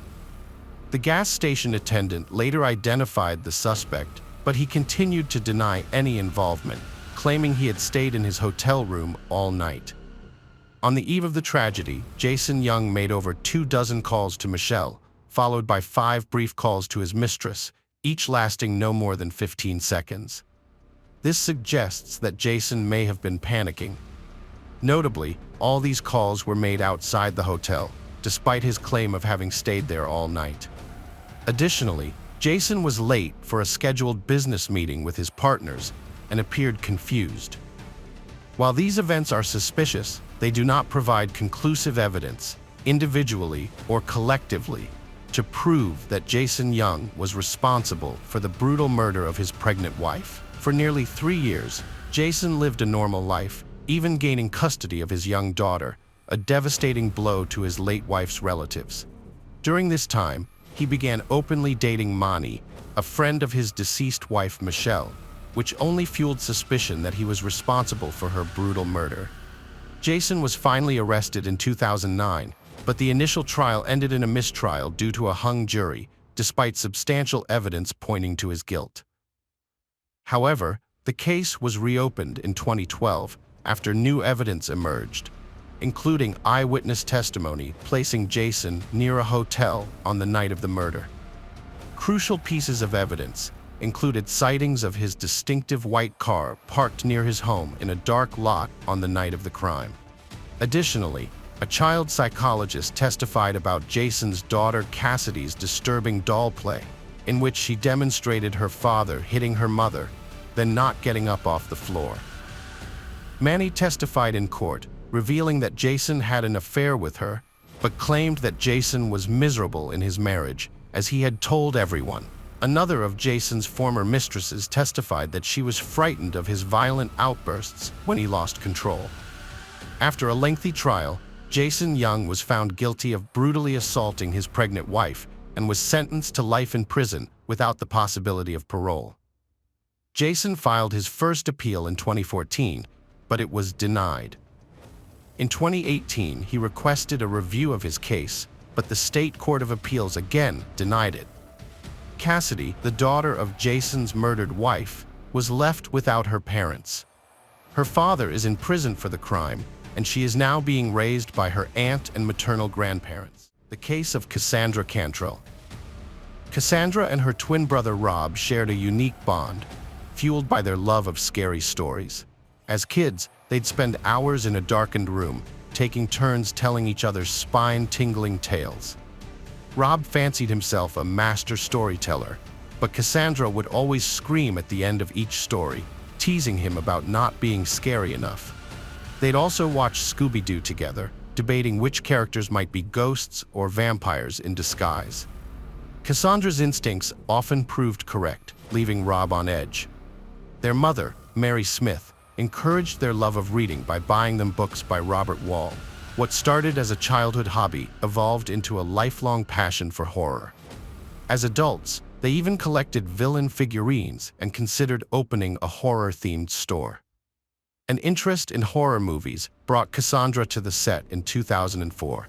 She got a cameo in a scary movie that, although it didn't become popular, still caused a storm of envy and led Rob to start asking his sister to make a deal for him. He asked her if she had made some acquaintances there and said he was ready to play anyone. He urged her to talk, adding that he was pretty close with the head of the cast and maybe something would come out of it, but he made no promises. Cassandra replied that she had gotten the part by accident herself. Rob was very happy, but despite his enthusiasm, he was not able to play, even in an episodic role. The lead actor in the movie was Colin Dudley, and on set, he and the debutante actress felt an undeniable chemistry. However, neither of them dared to take the first step.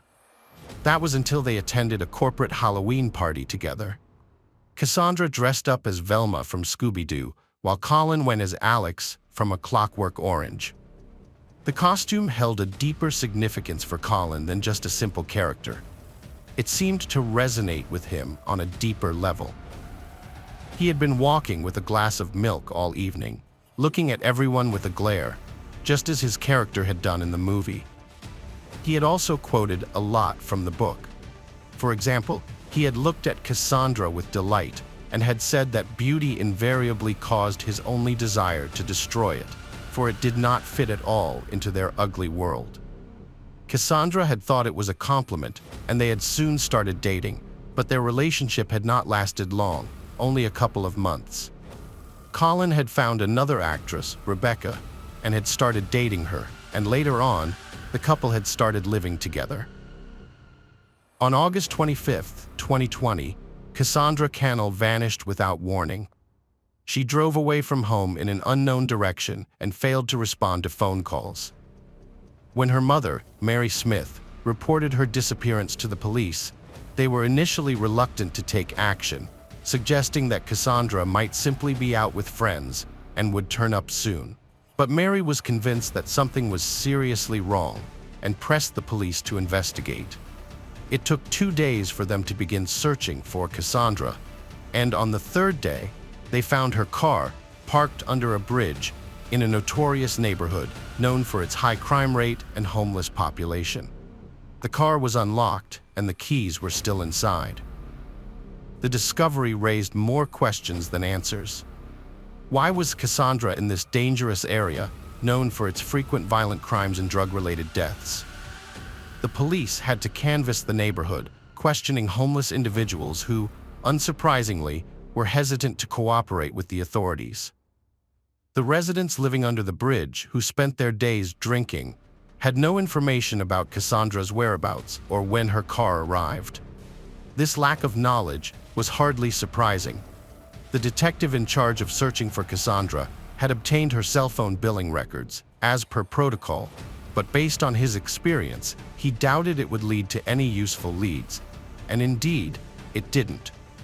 The signal from Cassandra's phone indicated it was in the nearby body of water under the bridge. Unfortunately, this meant the detectives would be unable to retrieve the phone and access the crucial information it held. Prior to conducting a thorough search of the coastal area, a team of divers stood on the shore and tested the distance they could throw rocks into the water.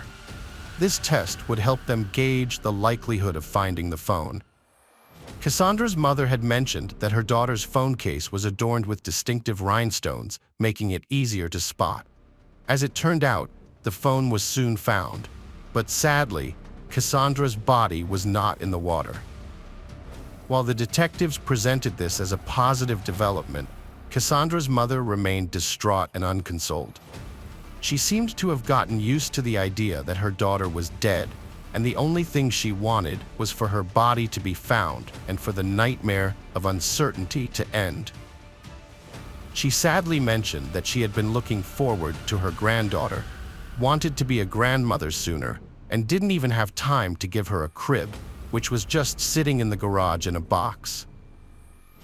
She wondered what she should do with it now, not realizing that this became important information for the investigation. According to statistics, a large number of crimes against pregnant women are committed by their partners. However, Mary Smith's daughter, Cassandra, was not married and did not have a partner. Despite her age, Cassandra was not in a relationship with anyone.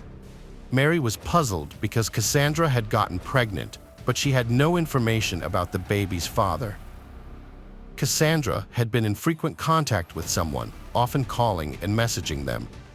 However, the phone number of this person was not recorded in Cassandra's phone book, and Mary couldn't remember the number. This lack of information left Mary in the dark about the identity of her future grandchild's father. Cassandra frequently communicated with a person without saving their number, which was unusual.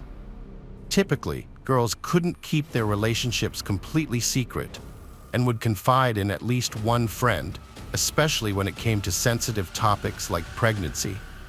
In this case, the friend was acquainted with police officers. In conversation with the police, Cassandra revealed that she had reunited with her former boyfriend, Colin Dudley. Although their initial relationship in 2004 was brief, it was surprising that they reconnected after 15 years apart. What was even more unexpected was that Colin, with whom Cassandra worked on a movie set in 2014, was the one who reached out to her. Colin reached out to Cassandra on Facebook, expressing condolences and sharing the recent loss of his father, with whom his wife Rebecca had a troubled history. Cassandra, motivated by kindness, agreed to meet Colin to offer comfort, but their encounter blossomed into a romantic connection. From 2014 onwards, Colin led a double life, juggling two families, with Cassandra as his mistress. When Cassandra discovered she was pregnant, she chose not to inform Colin, recalling his earlier statement that he didn't want children and was happy with Rebecca's infertility. Fearful that revealing the pregnancy would disrupt his primary family, Cassandra kept the news secret. However, as her belly grew, it became increasingly difficult to conceal. To avoid arousing Colin's suspicion, Cassandra stopped seeing him. Cassandra knew she couldn't keep her secret hidden forever. Lying about having another boyfriend would hurt Colin and lead to their breakup. So she made the difficult decision to tell him the truth. She was pregnant with his child. Over the phone, Colin initially remained silent, but then surprisingly expressed his delight at the news. Cassandra believed he was genuinely happy about it. Meanwhile, a detective arrived at Colin's house and knocked on the door. Colin's wife answered, and the detective, not wanting to discuss Colin's missing mistress in front of her, introduced himself as an old friend of Dudley's, avoiding any awkwardness. Colin quickly left the house with the detective, shutting the door behind him, and walked away from the house without even waiting for an introduction. He seemed to have been expecting their meeting. Colin thanked the detective for being discreet about his credentials in front of Rebecca. He spoke in short sentences, explaining that he had heard Cassandra was missing and found it extremely strange. He admitted he couldn't even guess where she might have gone. He told the detective that Cassandra had confided in him about her fight with her brother and was worried about it. He had advised her to make amends, but didn't know if she had taken his advice. The detective already knew about the fight between Cassandra and her brother, Rob, who had spoken to him about it. Rob had refused to meet with Cassandra on the day she disappeared, which he now regretted. Colin blamed himself for not being able to prevent her disappearance, thinking that if she had visited him that day, she might still be safe. Colin confessed to the detective that he wasn't a good person and acknowledged his past mistakes. He had secretly dated his ex-girlfriend, Cassandra, while still married to Rebecca, knowing it was wrong. He believed that his actions would have consequences in the afterlife, but insisted that he couldn't help who he fell in love with. After his father's death in 2014, Colin resumed his relationship with Cassandra, fulfilling one of his father's wishes. He had broken up with her soon after Christmas, which his father had criticized him for. His father had liked Cassandra, unlike Rebecca, whom he hated. Colin explained that living a double life for 5 years had been exhausting and guilt-ridden. He made excuses to hide his late-night returns, pretending to go on business trips or fishing, which he despised. He even bought fish to deceive Rebecca, who would cook them, despite the smell making him sick. Colin mentioned that Cassandra was pregnant, but didn't know who the father was. He heard from a close friend that Cassandra claimed the baby was his, which he found hard to believe. Lately, Cassandra had been avoiding him, and he understood why, as she wanted a family, something he couldn't provide. The detective asked Colin when he last saw Cassandra, and he replied that he couldn't remember, guessing it was around 3 to 4 months ago, except for a brief encounter at the mall when his wife was in the fitting room. Colin asked the detective if they thought they would find Cassandra alive, and the detective assured him they were doing everything possible. However, this wasn't Colin's last encounter with the detective. The police discovered that Colin was the owner of the unsigned phone number Cassandra's mother had mentioned. It turned out that Cassandra had frequently called Colin, including on the day she disappeared.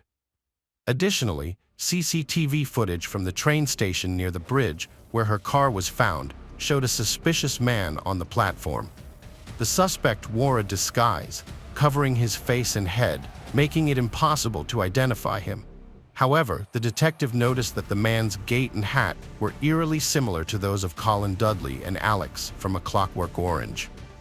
The detectives followed the suspect through CCTV cameras, watching as he entered a cafe, left, and drove away in a car with a license plate registered to Colin Dudley. Armed with a search warrant, the police searched Colin's house, hoping to find Cassandra alive in the basement.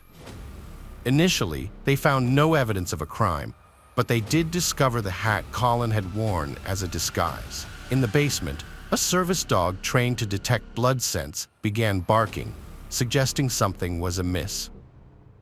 Colin claimed innocence, stating that the police were trying to frame him due to a lack of evidence and suspects.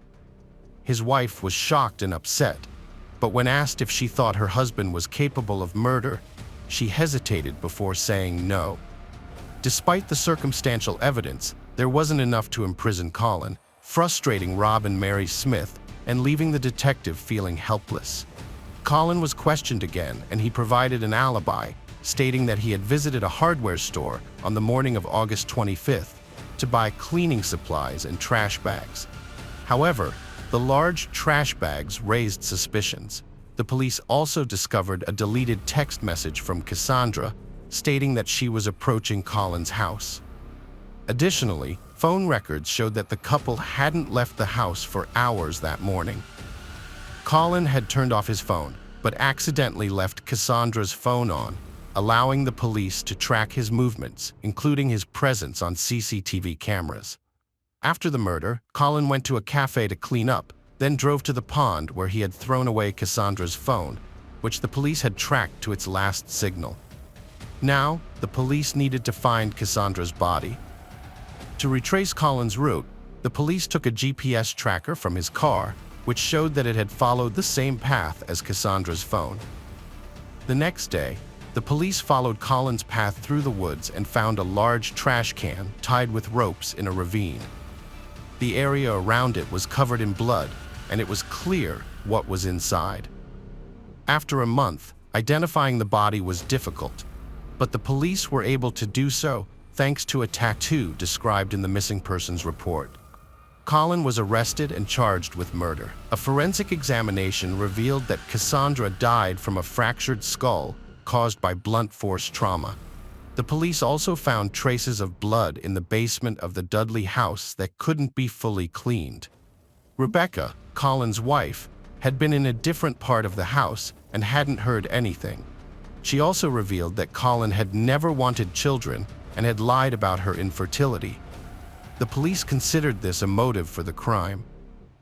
During the trial, due to a lack of witnesses and physical evidence, the jury couldn't be convinced that Colin had committed the murder. So, the court offered Colin a deal. If he pleaded guilty, he would get a shorter sentence. Colin was sentenced to 26 years in prison. Cassandra's mother and brother were devastated, feeling guilty that they hadn't met with Cassandra before her death, and that the killer would likely be released one day. The case of Jody Sanderholm. Jody Leanne Sanderholm was born on September 26, 1987, in Arkansas City to parents Brian and Cindy Sanderholm. As the third of 3 children, she had an older brother named Jason and an older sister named Jennifer. From an early age, Jody had a passion for dance, which played a significant role in her life. However, she also prioritized her education and excelled in her studies. Jody's academic achievements were impressive, earning her one of 4 valedictorian spots in her graduating class. During her high school years, she was an active member of the National Honor Society, received recognition as a Kansas State Scholar, and was awarded the Outstanding Physics Student of the Year award. Additionally, she was captain of the Arc City High School dance team for 2 years and an instructor for both Arc City Dance and the Universal Dance Association. After graduating, Jody attended Cowley College, where she studied pre-pharmacy and was part of the Cowley Tigerette dance line. On the morning of January 5, 2007, Jody drove to college for a dance rehearsal that was scheduled to end at 10:45 a.m. After the rehearsal, she planned to return home. However, when her mother, Cindy, called her cell phone multiple times, Jody didn't answer, which was unusual for her. Being a responsible and communicative person, Jody always kept in touch with her family, and her mother's repeated calls went unanswered, leaving her with a sense of unease. Cindy left work early to check on Jody, who should have returned from dance rehearsal. But when Cindy arrived home, she noticed Jody's car was missing, which only added to her anxiety. Entering the house, Cindy realized Jody was not there. Her dance uniform, which she usually washed after rehearsal, was nowhere to be found.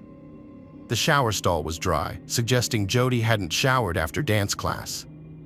Cindy soon discovered that Jody had not contacted her father or sister Jennifer either. Jody had a noon appointment, but she didn't show up. Cindy and Brian began calling Jody's friends, hoping someone had seen her. But none of them had since the morning rehearsal ended. The dance team was scheduled to perform at a basketball game that evening, and Jody, as the choreographer, wouldn't have missed it voluntarily. However, she didn't show up. By 6 p.m., Cindy and Brian were still unable to locate Jody, so they contacted the police and reported her missing. The sheriff's office quickly created flyers with Jody's description and began investigating her last known whereabouts, issuing an APB on her vehicle. On January 6th, Jody's best friend, Lori Leglider, whom she had known since high school and had danced with, provided crucial information to the police. The two friends had also attended Cowley College together, where they studied dance. Lori told the police that she had left her job at Sirloin Stockade in Arkansas City around 10 p.m. on Tuesday, January 2nd, and had noticed a light blue car driving by the restaurant multiple times as she departed. Lori noticed a car following her on her way home, which made her feel uneasy. To test her suspicion, she turned onto different streets, but the car behind her kept following. Frightened, she drove to the local police station and parked, hoping the stalker would leave her alone. When she didn't see the car anymore, she drove home. However, she soon saw the car again, so she returned to the police station parking lot and waited in her car for a while before driving home. Lori initially thought it was a prank, but she didn't report the incident to the police. On January 5th, Lori and her friend Jody arrived at the college for a dance team rehearsal. Lori recognized the same light blue car that had been following her, and she saw the driver, 23-year-old Justin Thurber, who was a local resident. Although Lori didn't know Justin personally, she had seen him with his older brother and friends before. After practice, Lori and Jody planned to meet up later, but Jody never showed up. It was then revealed that several dance team members had also seen Justin lurking around the college campus that week. In the initial stages of the investigation into Jody's disappearance, police searched the city thoroughly but couldn't find her car within the first 24 hours. The city of Arkansas is surrounded by open fields and wooded areas, making it a challenging task. To aid their search, authorities brought in a fixed-wing aircraft to scour the region from above. They hoped to spot Jody's car, which was larger and easier to detect than a person. The police investigation revealed that the last signal from Jody's cell phone was received from a tower near the Kaw Wildlife Area, a vast wooded region along the Arkansas River. At this point, only one suspect had emerged, Justin Eugene Justin, identified by Lori Leglider and other members of the dance group. Notably, Justin was already familiar to the police due to a prior incident in 2004 when he was charged with illegal possession of banned substances despite his young age. Justin was sentenced but didn't serve time in prison. Instead, he was released. However, just 3 months later, he was arrested again for stealing in probate nation, violating his probation. In October 2005, he was charged with disorderly conduct. 3 months after that, he was arrested for petty theft and found with illegal drugs. Then, on December 31, 2006, just 6 days before Jody's disappearance, Justin was arrested for theft once more. After posting a $3,000 bail, Justin was freed on New Year's Eve. The very next day, January 1st, he pretended to be a police officer, causing a public disturbance. When the real police arrived, Justin claimed to have chest pain and was taken to the hospital rather than the police station. It's unclear why he wasn't arrested after being discharged from the hospital, and it's also unclear how he managed to avoid consequences for his actions. A family tie to Cowley County Police might have influenced events. On January 6th, an officer spotted Justin's Cadillac at his parents' house and initiated a conversation. Justin's father invited the officer in. When questioned about his previous day's whereabouts, Justin said he drove to Winfield, 13 miles outside Arkansas City that morning. In Winfield, Justin met up with a friend and 2 acquaintances of his friend, whom he didn't know well. The 4 of them then drove around the countryside in one of the acquaintances' cars until it became stuck on a dirt road near Cedar Vale. Justin claimed that he proceeded to walk towards Arkansas City, a 30-mile journey from Cedar Vale. After 6 hours of walking, he grew tired and called his father to come pick him up. Justin's father backed his son's story, saying he'd picked him up near Cali State Fishing Lake, where Justin was wet and dirty. The officer found the story unconvincing, but lacked evidence to charge him, so let him go. That evening, police questioned Alexis Schwartzel, who had recently ended her 3-year relationship with Justin Thurber. When informed about the investigation into Jody Sanderholm's disappearance, Alexis was shocked. She revealed that Justin had once told her that he had been watching Jody since he was 13 years old, often sneaking peeks at her while she swam in her backyard pool, and even peered through her bedroom window, waiting for her to change clothes. Alexis explained that she had broken up with Justin due to his abusive behavior and increasing strange tendencies. She recalled that during intimate moments, he would choke her until she lost consciousness. Moreover, he would ask her to fight him, as it was the only way he could become aroused. The police grew increasingly suspicious of Justin's involvement in Jody's disappearance, despite lacking concrete evidence. Nonetheless, Justin was arrested later that evening, on January 6th. Detective Eric Mata arrested Justin Thurber for bail violation and criminal trespassing because Justin was found on the college campus, which the detective believed he was not supposed to be on. Justin requested to speak with his lawyer when arrested. Around the same time, police officers arrived at Justin's parents' house with a search warrant. During the search, the officers took Justin's shoes, which were wet and drying on a towel. His father had helped him clean the mud from the shoes. The clothes he wore when his father picked him up were also found, but Justin had already washed them. On January 7th, rugged terrain search teams combed the Caw Wildlife Area for Jody Sanderholm, finding shoe prints matching Justin's and smaller ones. They stopped for the night, resuming the search the next day. En route home, searchers checked Cowley County State Fishing Lake, recalling Justin was wet when picked up by his father. Near a public restroom, investigators discovered several important pieces of evidence. This included a muddy tire track, shoe prints with mud on them, and a portable toilet containing a handwritten note addressed to the parents of Jody Sanderholm. In another toilet, they found dance shoes and a flip-flop sandal that matched the footprints found at the Caw Wildlife Area. Further searches yielded a collection of personal belongings, including cut-off sweat shorts, a wallet with Jody's driver's license and social security card, a black leotard, a tigerette jacket with her first name on it, a vehicle floor mat, and a car seat cushion. Search efforts focused on Cowley County State Fishing Lake and the Caw Wildlife Area. On January 9th, specialists used sonar to locate Jody's submerged car. Tragically, her body was found later that day, hidden under debris. DNA evidence linked Justin Thurber to the car and body, but water in the car likely destroyed additional evidence. Forensic investigators found crucial evidence after many hours of work. A hair on Jody's car seat was matched to Justin Thurber through mitochondrial DNA testing. Private DNA expert Barbara Leal analyzed samples from Jody's arm and chest. It was possible that Justin was involved. Cell tower data showed Jody's and Justin's phones were in the same area simultaneously. This was corroborated by Jody's friend Lori, who saw Justin in the college parking lot that day. Security footage confirmed Lori's account, showing Justin following Jody in his Cadillac. Investigators believed that Justin followed Jody from college to her home, where he attacked her after she retrieved letters from the mailbox.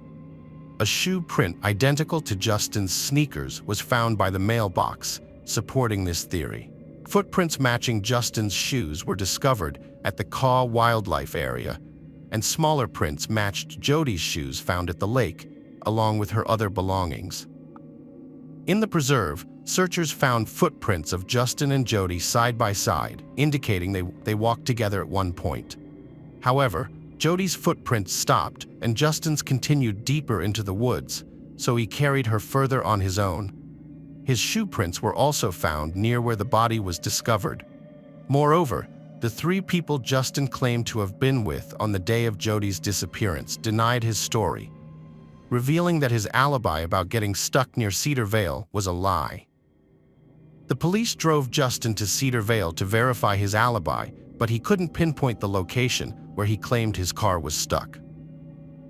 Back at the police station, Justin agreed to take a polygraph test and requested that his relative, Chad Monroe, who worked for the Cowley County Sheriff's Office, be present during the questioning. The collected evidence was sufficient to indict Justin Thurber. Despite his denial of guilt, the judge set his bail at $1 million. Justin's lawyers attempted to argue that he was mentally incompetent, but their efforts were unsuccessful. Given that Justin had graduated from high school and attended college, the judge deemed the defense's claim of mental retardation unproven. The medical examiner who performed the autopsy testified in court, describing the brutal nature of Jody's last hours. Her body and face were covered in bruises and abrasions, with clear signs of strangulation on her neck, which was ultimately determined to be the cause of her death. Here's what the medical examiner found during the autopsy. The crime was driven by sexual desire and involved an object, a stick. To give you an idea of what happened at the wildlife area without going into detail, it's worth noting that not all violent criminals are as brutal as Justin. At Justin's trial, 7 women, including his ex-girlfriend, testified that they had been stalked by him. One of these women was a co-worker who was so afraid of Justin that she had to have a police officer escort her to her car after work because she had seen him waiting for her earlier. He had left a disturbing gift on her car, a rose, and a note saying he was interested in her. Multiple witnesses reported seeing Jody Sanderholm's car on January 5, 2007. Carrie Morris, a friend of Jody's, saw Jody sitting in the passenger seat of her car as they drove past each other in Arkansas City around noon. Morris noticed that the driver was a large man. She tried to call Jody's cell phone, but there was no answer. Later that day, around 3 p.m., 2 other women reported seeing a car that looked similar to Jody's on a dirt road south of Arkansas City. One of the women identified the driver as Justin in court. After a trial, the jury delivered a unanimous verdict on February 17, 2009, finding Justin guilty on all counts. They recommended that he be sentenced to death. Justin's lawyer attempted to negotiate a plea deal to avoid the death penalty, but Jody's family opposed it. The judge ultimately sentenced Justin to death by lethal injection in March 2009. In 2008, Kansas expanded its stalking laws, increasing police authority and the definition of stalking behaviors. Since his sentencing, Justin Thurber has continued to appeal the court's decision. His lawyers are now arguing that he has a mental disability, which they claim is supported by evidence from 2018. However, the Kansas Supreme Court has put his death sentence on hold, citing a U.S. Supreme Court ruling that prohibits the execution of individuals with developmental disabilities, even if they are mild. Justin was found competent at his original trial. Years later, Jody's mother, Cindy Sanderholm, attended a hearing and was outraged that Justin had written letters to girls while in prison, seeing it as proof of his competency. Justin is currently appealing a death sentence, and a 2020 state law gives him the opportunity to request an attorney to assist with post-conviction DNA testing from the Cowley County District Court. This is significant because, despite it being 16 years since Jody Sanderholm's murder, the case is still not fully resolved. Additionally, the speaker believes that Jody pleaded for her life, but Justin did not spare her, denying her a second chance. Kansas reinstated the death penalty in 1994, but no one has been executed since then. In fact, the last execution in Kansas took place in 1965. Since the reinstatement, 10 people, including Justin, have been sentenced to death, but none of their sentences have been carried out. According to Adam Fan and Steele, spokesperson for the Kansas Department of Corrections, there are no plans for future executions. Jennifer Aldridge, Jody's sister, finds it surprising that Kansas reinstated the death penalty over 20 years ago without a plan for carrying out executions. She believes this issue should have been discussed when the penalty was reinstated. Even if Justin's death sentence is upheld, it is likely that it will not be carried out. Justin Thurber is currently being held at the maximum security El Dorado Correctional Facility in Butler County, Kansas. According to a 2014 report by the Kansas Legislative Post-Audit Committee, it costs almost $49,000 per year to keep an inmate in administrative segregation at El Dorado. Furthermore, it's not just the cost of housing a death row inmate, it's also 4 times more expensive to prosecute a case where the death penalty is sought by the prosecution. The Sanderholms feel that paying taxes is an additional unfair burden on top of the emotional pain they're already enduring as they wait for justice in their daughter Jody's case. Brian Sanderholm explained, "Every week, when I see the taxes deducted from my paycheck, it's a painful reminder that I'm supporting the person responsible for our suffering." His wife Cindy echoed his sentiments, saying, "He deserves the maximum punishment, which is what the law intended. We need to reform the law so it can be enforced effectively." If you were in our shoes, what would you want to happen to someone who harmed your child? Cynthia Ann Sanderholm, Jody's mother, sadly passed away on December 2, 2022, at the age of 63. The case of Shanae Brooke Edwards. Shanae was born in 1989 in Warrnambool, Australia, to a loving family that included her parents and older brother Tyson. Those who knew her describe her as a free-spirited adventurer with a deep love for nature. She enjoyed hiking, motorcycling, and was a compassionate animal lover.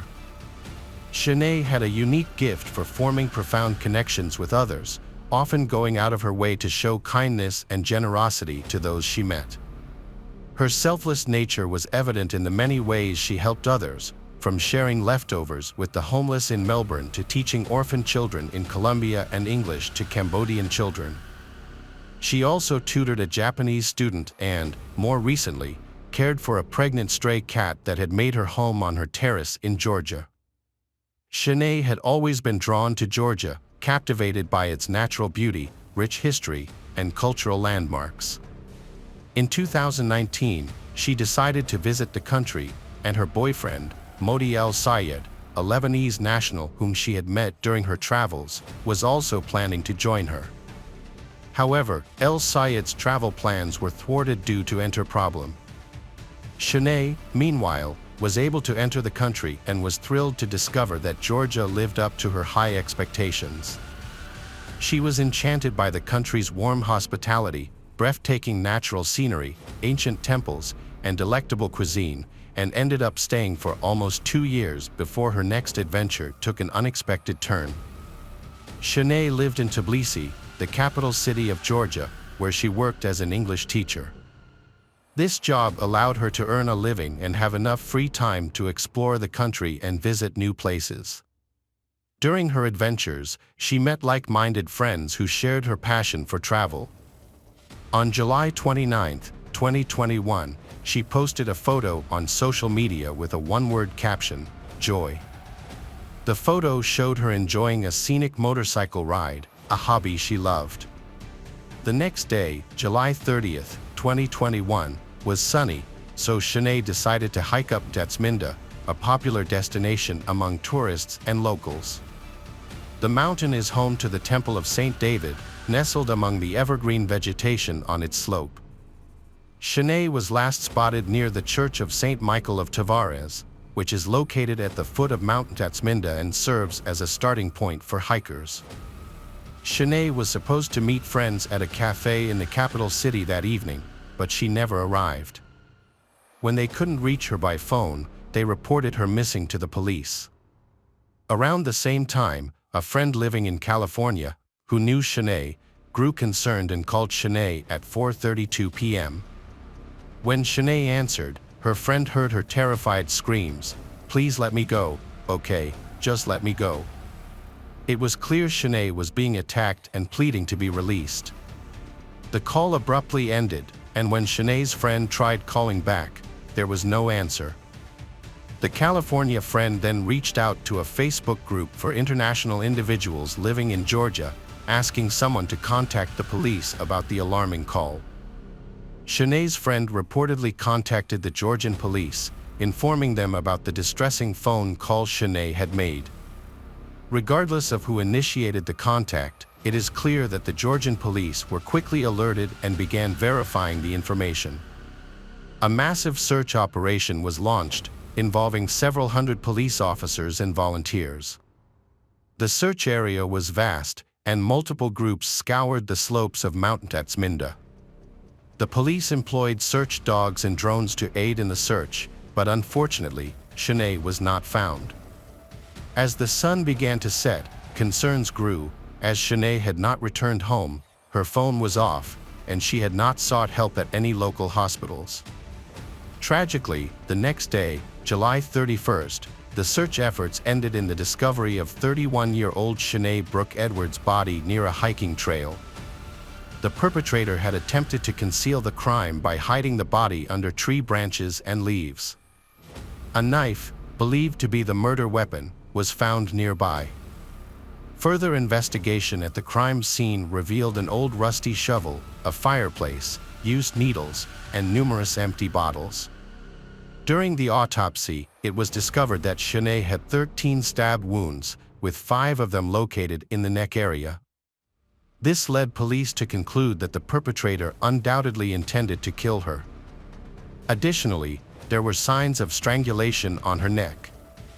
After Shanae's death was confirmed, some media outlets reported that the crime was motivated by lust. However, the Georgian police denied this claim, as the forensic medical examiner found no evidence of a crime against her personal integrity. Modi El Sayed, Shanae's boyfriend, is consumed by a desire for revenge against her killer. He has made it his mission to track down the culprit, no matter the cost or time it takes. "My sole focus is on revenge," he stated. "I'm willing to risk spending the rest of my life in prison if it means justice is served and the perpetrator suffers as much as Shanae did." This case significant impact on Georgia's tourism industry. With over $1 billion in annual revenue at stake, the fact that a tourist was killed in the state capital could have serious repercussions for the industry as a whole. The police conducted a thorough investigation, gathering information from over 200 individuals, including friends, colleagues, neighbors, and employees from Matanzama Park, as well as visitors. Investigators also reviewed security footage and analyzed plant life found near the crime scene. A woman from the area shared on an expat Facebook group that she heard a woman scream about an hour after Shanae's departure, while another local resident claimed to have witnessed a disturbing scene on the mountain just one day prior to Shanae's disappearance. She described seeing a man forcibly attacking a woman in a nearby area where the crime ultimately took place. Additionally, forensic experts examined the crime weapon and found male DNA evidence on it. Despite checking the Georgian police database, no match was found. The samples were subsequently sent to all 194 Interpol member states to check for potential matches in their national databases. Witness interviews revealed that Shanae had no known enemies, disputes, or associations with questionable individuals. This led investigators to consider the possibility that she was a random victim of a crime with an unknown motive. The police conducted a thorough investigation, collecting and analyzing DNA samples from several dozen potential suspects. After an exhaustive and meticulous process, they were able to narrow down the list of potential perpetrators and ultimately identified a DNA match.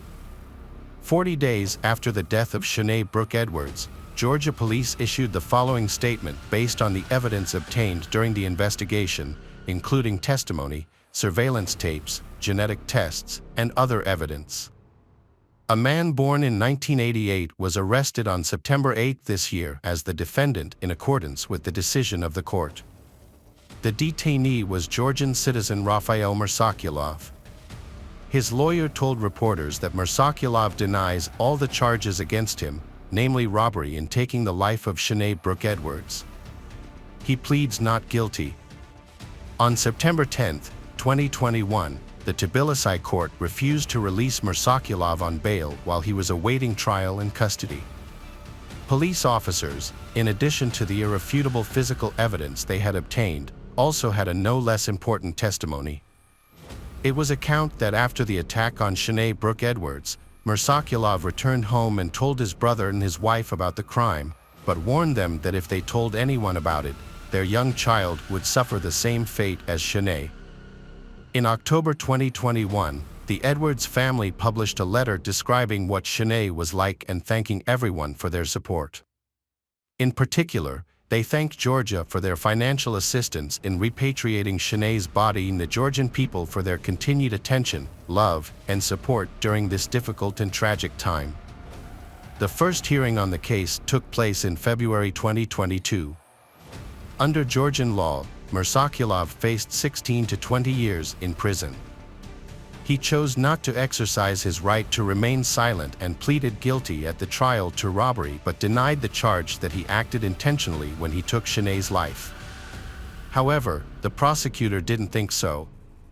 In his opinion, the number of stab wounds spoke to the defendant's intent to take the victim's life.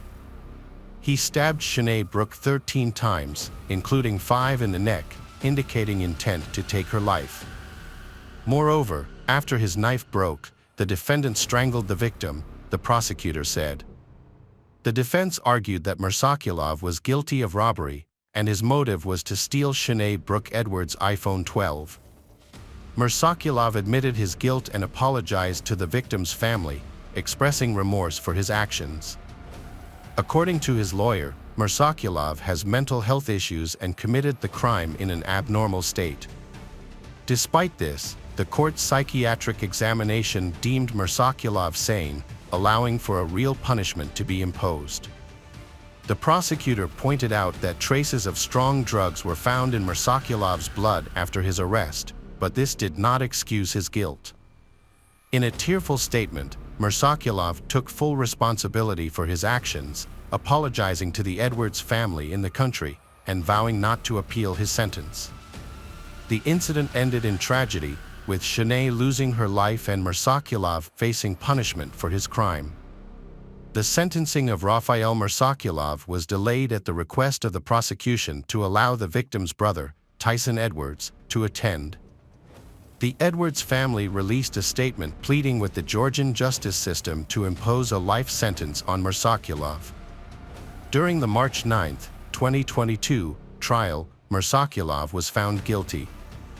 Tyson Edwards, on behalf of the family, once again requested a life sentence for the defendant. Mirsakulov, 33, received the maximum sentence allowed under Georgian law, 20 years in prison. The case of Heather Jackson.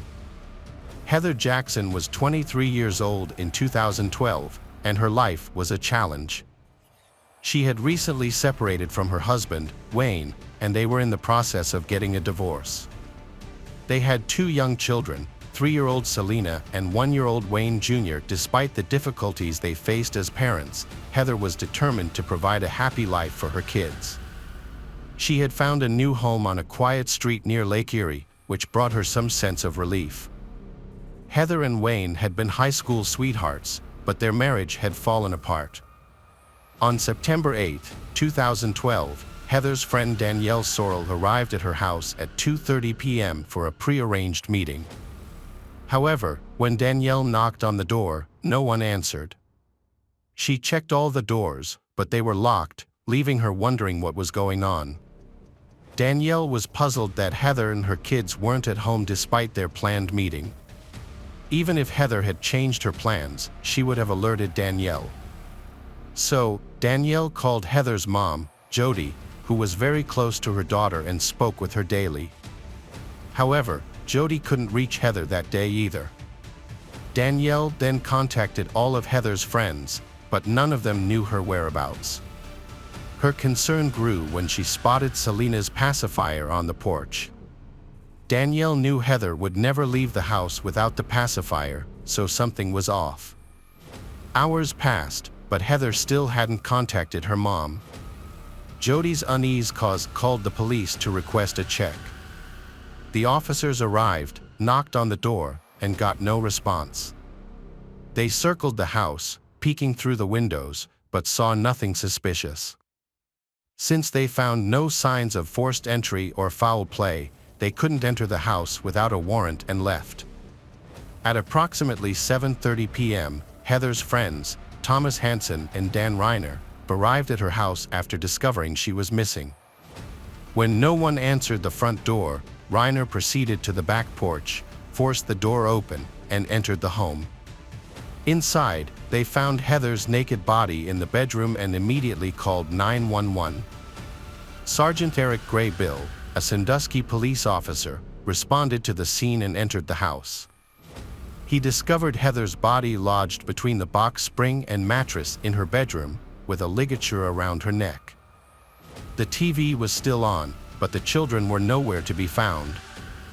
Their room was empty.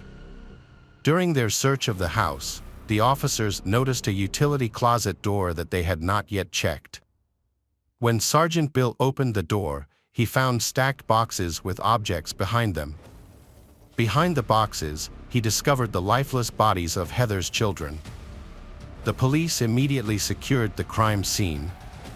The officers were deeply shaken by the discovery, having never encountered a crime of such magnitude before. Heather's family and friends were even more devastated after the forensic examination results were revealed. According to court documents, Dr. Diana Scala Barnett, the deputy coroner for Lucas County, performed the autopsies on the 3 victims. Her findings showed that Heather Jackson's cause of death was ligature strangulation. Additionally, Dr. Barnett observed that Heather's rectum was unusually open after death, suggesting that an object was likely inserted into the area around the time of her death, causing it to remain in that state. Dr. Scala Barnett testified that both Wayne Jackson and Selena Jackson also died from ligature strangulation. She noted that Selena's underwear was rolled up, indicating that the body had been redressed. Selena also had a rectal dilation similar to her mother's, again indicating that something was in her rectum at or about the time of death. Julie Cox, a forensic scientist at the Bureau of Criminal Investigation, testified that there was seminal fluid on the anal swabs obtained from Selena Jackson. Cox also noticed a stain in Selena Jackson's underwear, so she cut a small portion of that stained area for testing and determined that it contained a sperm cell. The police were determined to quickly catch the monster responsible for the crime. Since Heather's house was located next to Firelands Regional Medical Center, investigators obtained footage from the building's surveillance cameras, which they hoped would lead them to the perpetrator. Reviewing the CCTV footage, they identified a car that drove up to Heather's house at 10:57 p.m. Although the camera was far from the house and the darkness made it difficult to see, the car's headlights provided some clues about what happened. The footage showed the car backing into the driveway and remaining there for 11 minutes. At 11:08 p.m., the headlights turned on again, and the driver departed. Meanwhile, Thomas Hansen and Dan Reiner, the men who discovered Heather's body, were brought to the police station for questioning. The investigators questioned them separately, starting with Dan Reiner, who had called 911. Dan and Heather were friends, and when Dan discovered she was missing, he went to her house to look for her. He had to push the door hard to get in. After calling 911, the police asked Dan for a DNA sample, which he willingly provided. The results are nothing special, and he was released. The police then questioned Thomas Hansen, who claimed to have spoken with Heather on the phone the previous night. He said he drove to her house around 11 p.m. but didn't go inside. Instead, they chatted briefly outside, and then he left. This revelation helped the police identify the driver of the car seen on CCTV footage, Thomas Hansen. Hansen also revealed that he didn't enter Heather's house because she wasn't alone. There was a man with her, someone Hansen knew as Josh. Hansen's account matched Reiner's, stating that when he learned Heather was missing, he went to her house to investigate. After releasing the initial suspect, the police shifted their focus to a new suspect, Josh Case, who was at Heather's house on the night of her death. They quickly located him and brought him in for questioning. Josh admitted to knowing Heather for years and being at her house that evening, where they watched TV while the children slept. He also claimed to have gone to the store to buy breakfast for the kids, returning to the house before a friend picked him up at around 1 a.m. Josh acknowledged having consensual intimate contact with Heather. Investigators verified his alibi by reviewing the store's CCTV footage, which confirmed he entered the store at 11:20 p.m. While this corroboration supported his testimony, it did not rule out the possibility that Josh might still be involved in Heather's tragic death. Heather's last known contact was with Josh Case, making him the prime suspect. He provided a DNA sample, which was compared to the DNA found on the victims' bodies. The results eliminated Thomas Hansen and Dan Reiner as suspects, as their DNA did not match. However, Josh's DNA matched the DNA on Heather's body, but not on her children's bodies, indicating another person was present that night. This was not surprising, as Josh had previously admitted to an intimate relationship with Heather. The police now focused on finding the DNA of the second person involved. They quickly ruled out Heather's husband, Wayne, who was going through a divorce with Heather and lived in another state. The investigators turned to Heather's cell phone records for answers. The records showed Heather was active on her phone, including on the night of her death. Her last phone conversation took place at 3:12 a.m. and lasted 30 seconds. The police's next step was to identify the owner of the phone number Heather last spoke to. 36 hours after Heather's death, police obtained another CCTV footage that showed a white car arriving at her house around 3 a.m. This timing coincided with when Heather stopped using her phone, suggesting a possible connection. The car left about an hour later, by which time Heather, Selena, and Wayne were likely already dead. Although the footage was not clear enough to reveal the license plate, investigators identified the car as a Cadillac. Further investigation led police to the owner of the phone number Heather had called before her death.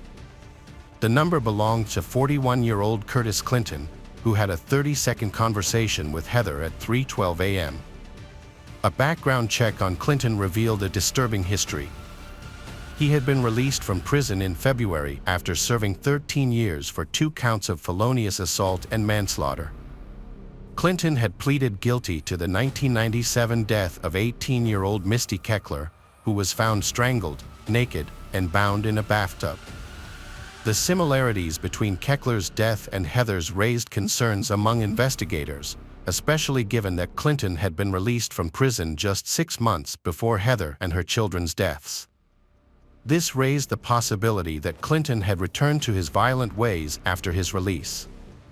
Curtis Clinton became the prime suspect in the murder of Heather and her children, and the police urgently needed to locate him to prevent any further harm. The police visited Clinton's last known address but were unable to find him. However, they soon discovered a white Cadillac parked on a nearby street. A search of the vehicle revealed a receipt from a gas station dated the night of the crime. The investigators reviewed the gas station's CCTV footage, which showed Clinton purchasing water and beer while appearing calm. This was after the time Heather and her children were killed. The police will receive information that a patient named Curtis Clinton had been admitted to a local hospital. They immediately went to the hospital, found Clinton, and arrested him, taking him into custody at the police station. Clinton denied any involvement in the deaths of Heather Jackson and her children. He admitted to having dated Heather for 5 months and having an intimate relationship with her. According to Clinton, Heather had many personal problems and had asked him for financial and emotional support. He claimed that he didn't know her children well. Clinton initially stated that he last saw Heather on Thursday, September 6th, when he gave her $328 and they had intimate contact. However, when the investigator showed him phone records indicating that he had spoken with Heather at 3:12 a.m. on September 8th, Clinton corrected himself, saying that it was actually Friday night or early Saturday morning when he last saw her. Clinton claimed that he didn't stay long at Heather House, dropping off the money and then leaving after their intimate encounter. He couldn't recall what time he arrived home. Clinton suggested that someone else must have gone to Heather's house after he left, as Heather had mentioned receiving an irritating call or text while he was with her. When confronted with the fact that he was the last person to have contact with Heather, Clinton expressed doubt. Curtis Clinton was arrested and jailed after his DNA was found on the victims. In a recorded call to his mother, Clinton expressed regret and confusion, saying he wished he'd sought help. He also hinted at a violent temper, suggesting it could happen again. His mother acknowledged the family's struggles, but said they'd learned to manage them, and noted that Clinton had stopped taking his medication, which contributed to his behavior. Clinton told his mother that he planned to plead guilty to the charges and accept whatever consequences came his way. The investigation led to multiple charges against Clinton. Furthermore, it was discovered that just 6 days before the murder of Heather and her children, Clinton had attacked a 17-year-old girl, choking her and forcing her to engage in intimate contact. The victim had gone to the hospital, where police collected DNA evidence that also linked Clinton to the crime. Clinton asked to move the trial to a different location, claiming that the local media had already publicized the case so much that it would be hard to find impartial jurors. However, the court denied this request. Clinton brutally murdered Heather, Selena, and Wayne, and the forensic evidence, including his DNA found inside Selena's body, revealed the horrific details of his crimes. Despite facing the death penalty, Clinton did everything he could to avoid it. When given the opportunity to speak before being sentenced, he did not show remorse or apologize to the victims' families. Instead, he attacked prosecutor Kevin Baxter and vowed to win on appeal and have his case retried. In November 2013, Clinton was sentenced to death for the brutal murders of Heather Jackson and her 2 young children.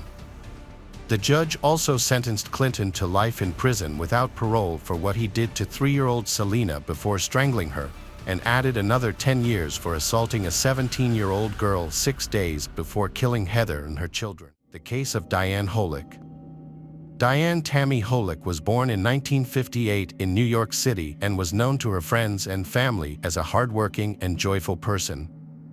Her work ethic led to financial stability and her successful career. For over 20 years, she worked at IBM, a leading global technology company. In 1996, she relocated to Austin, Texas, where she held a senior position that allowed her to work remotely from her home office. Diane purchased a luxurious home in the suburbs of Austin and lived a privileged life, often hosting wine tastings, dining at upscale restaurants, and frequenting dance clubs. She was also involved in charity work and made efforts to improve her personal life. However, her life took a turn in mid-November 2001 when a severe storm warning was issued for Texas, bringing heavy rain and tornadoes to the Austin area. As a result, Diane worked from home on the morning of November 16th, but suddenly became unresponsive during a scheduled work call. Diane had multiple phones, but she wasn't answering any of them. Her co-workers left messages asking her to call back, but when she didn't respond, they grew concerned. They contacted the police department and requested that someone check on Diane at her home. When the officers arrived, Diane's neighbor offered a spare key, allowing the police to enter the house. Inside, they found an eerie silence, broken only by the sound of dogs emerging from the kitchen. As the police searched the house, they found Diane's body in the bedroom on the second floor. The detectives were called to the scene, and they were struck by the unusual cleanliness of the crime scene. There were no signs of theft, struggle, or forced entry. Diane's body was fully dressed and lying next to her bed. The detectives quickly realized that they were dealing with a crime. The investigation revealed distinct strangulation marks on Diane's neck, likely caused by a rope or similar object. Her wrists also showed signs of being bound with cable ties. The cleanliness of the house, the lack of stolen valuables, and the absence of forced entry led the detectives to believe that Diane's killer was someone she knew and trusted. They suspected that the killer was someone she had let into her home voluntarily. An investigation into Diane's death revealed no signs of forced intimacy, but detectives did find suspicious dark spots and red stains on the carpet near the bedroom entrance. A towel on the back of the sofa in the living room caught their attention due to its mismatch with the otherwise clean and orderly surroundings, prompting them to send it to the laboratory for examination. Diane's acquaintances reported that she had no known enemies, and the police discovered that she was in a romantic relationship with Dennis Conley, a man she had plans to spend her life with. Diane had been married before, but that marriage ended quickly. She met Dennis through a dating service, and he had 2 children from a previous marriage. Dennis was a businessman living in Houston, 150 miles from Austin, where Diane resided.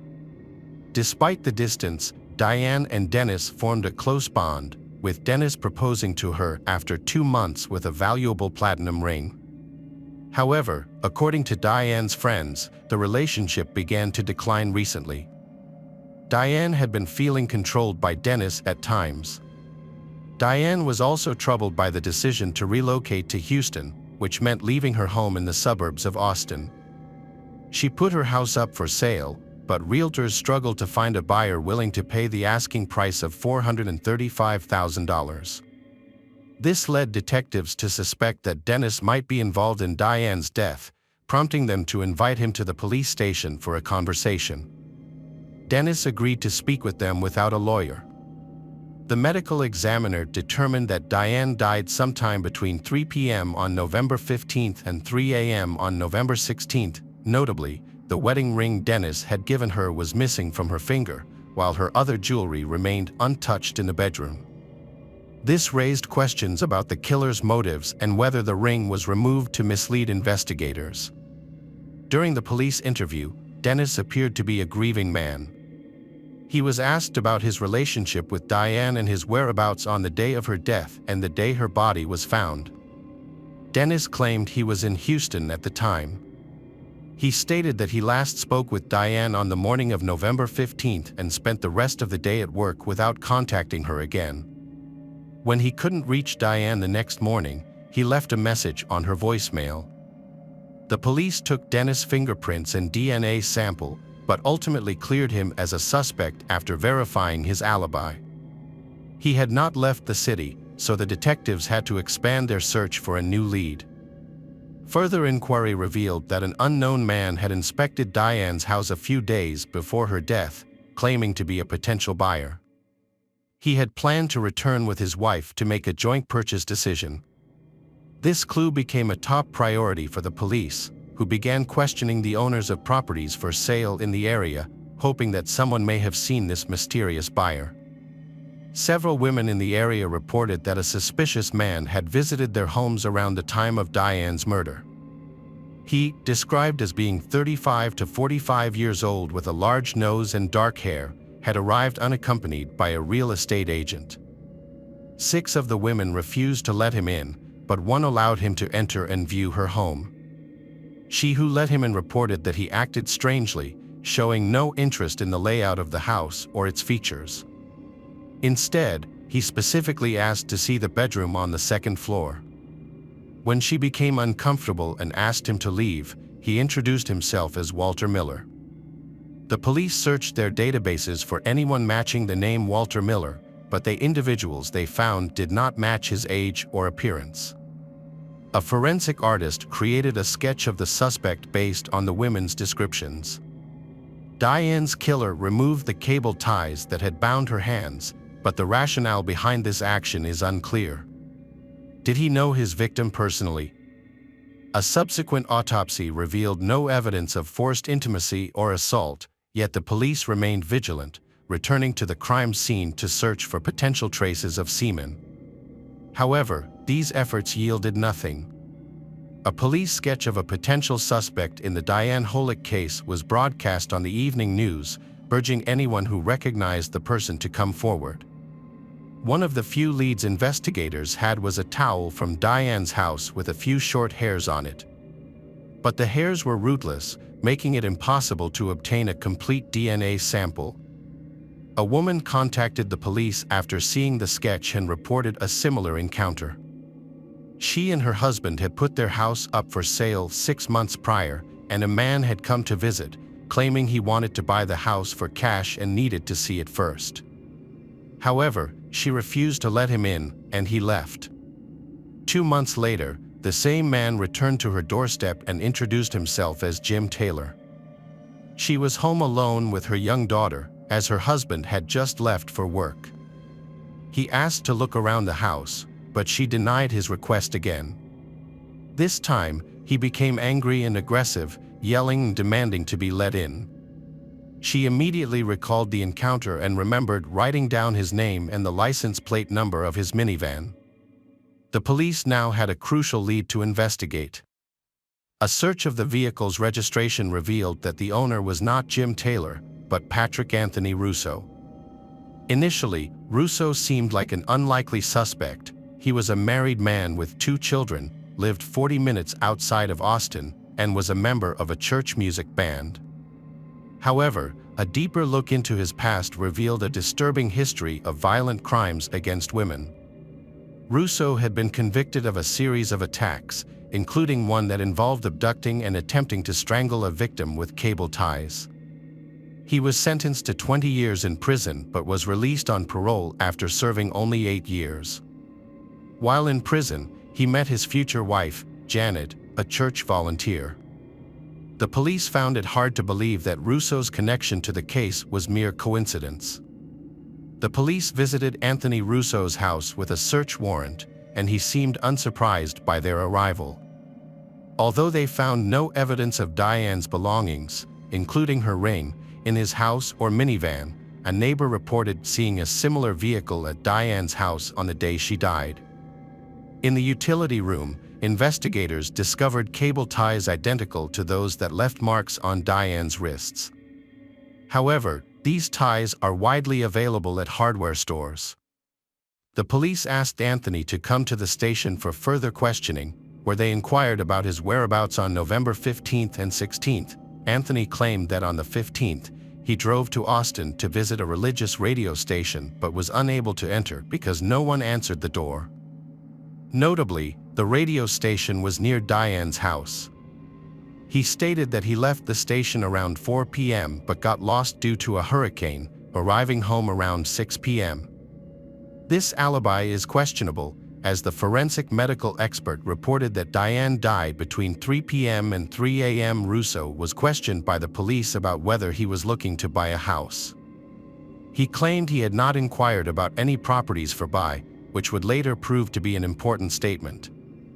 When shown a photo of Diane, Russo remained impassive and denied having met her. With no evidence connecting him to the crime, the police had no choice but to release him. However, when detectives investigated further by visiting a radio station Russo had mentioned, they discovered that his previous statement was a fabrication. The employees at a local business explained that they didn't lock the doors during a tornado warning because a large crowd had gathered in the lobby. Meanwhile, a woman who was selling her house contacted the police after encountering a man who resembled the suspect in a recent crime. She had been at home with her child when he came to her door, claiming to be interested in buying a house. He was holding a pamphlet with real estate listings, including her own home. She allowed him into her home, but when she showed him a bedroom, he attempted to attack her. However, he quickly fled when he heard her child crying in the next room. She retained the pamphlet, which was later given to the police. They found a clear fingerprint on the pamphlet, which belonged to Anthony Russo. Russo denied ever looking at houses for sale, but the fingerprint proved he had lied to the police. Russo's false statement was a misdemeanor, and since he was still on probation, it was a violation of his parole conditions. The police arrested him, fearing that he might flee while they searched for evidence linking him to the death of Diane.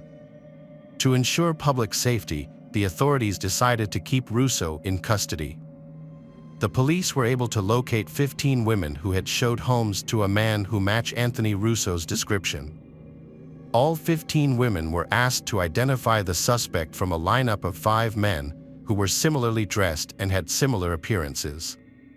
However, only 10 of the women were able to positively identify Russo as he who had visited them to view homes.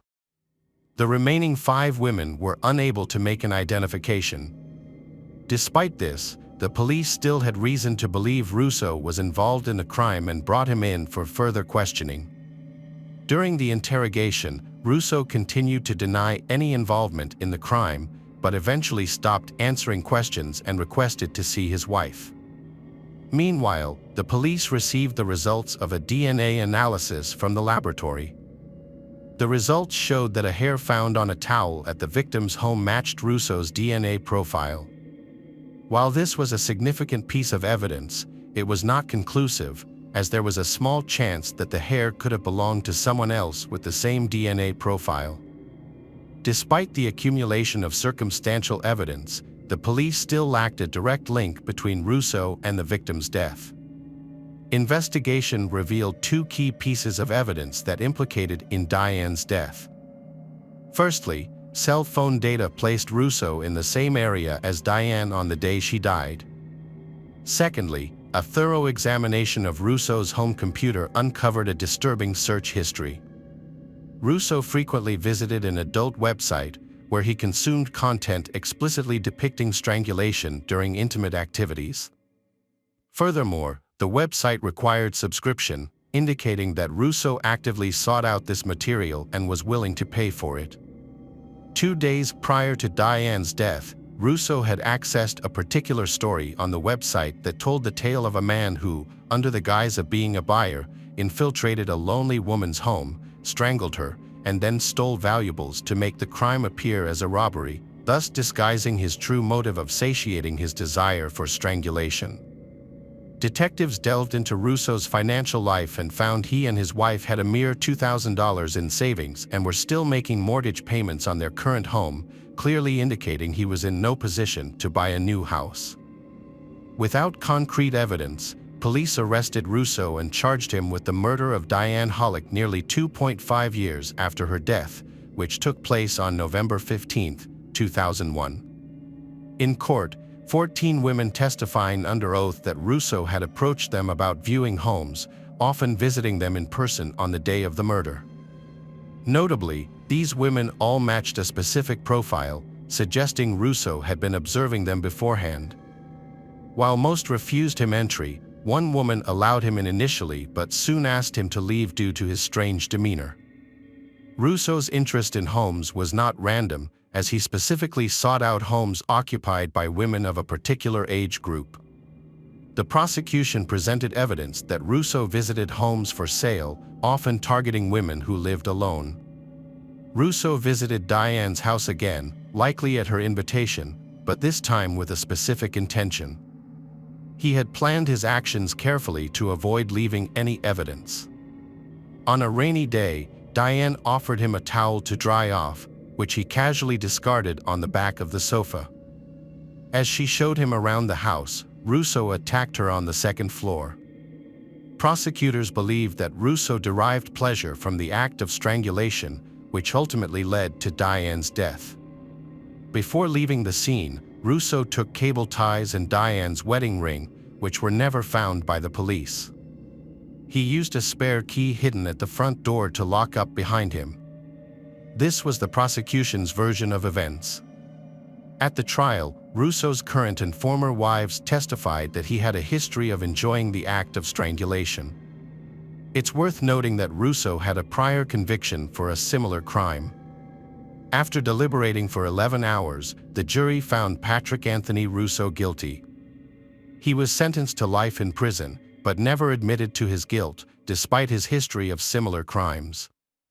Russo will become eligible for parole again and can submit his initial petition in 2044. At that point, he will be approximately 80 years old.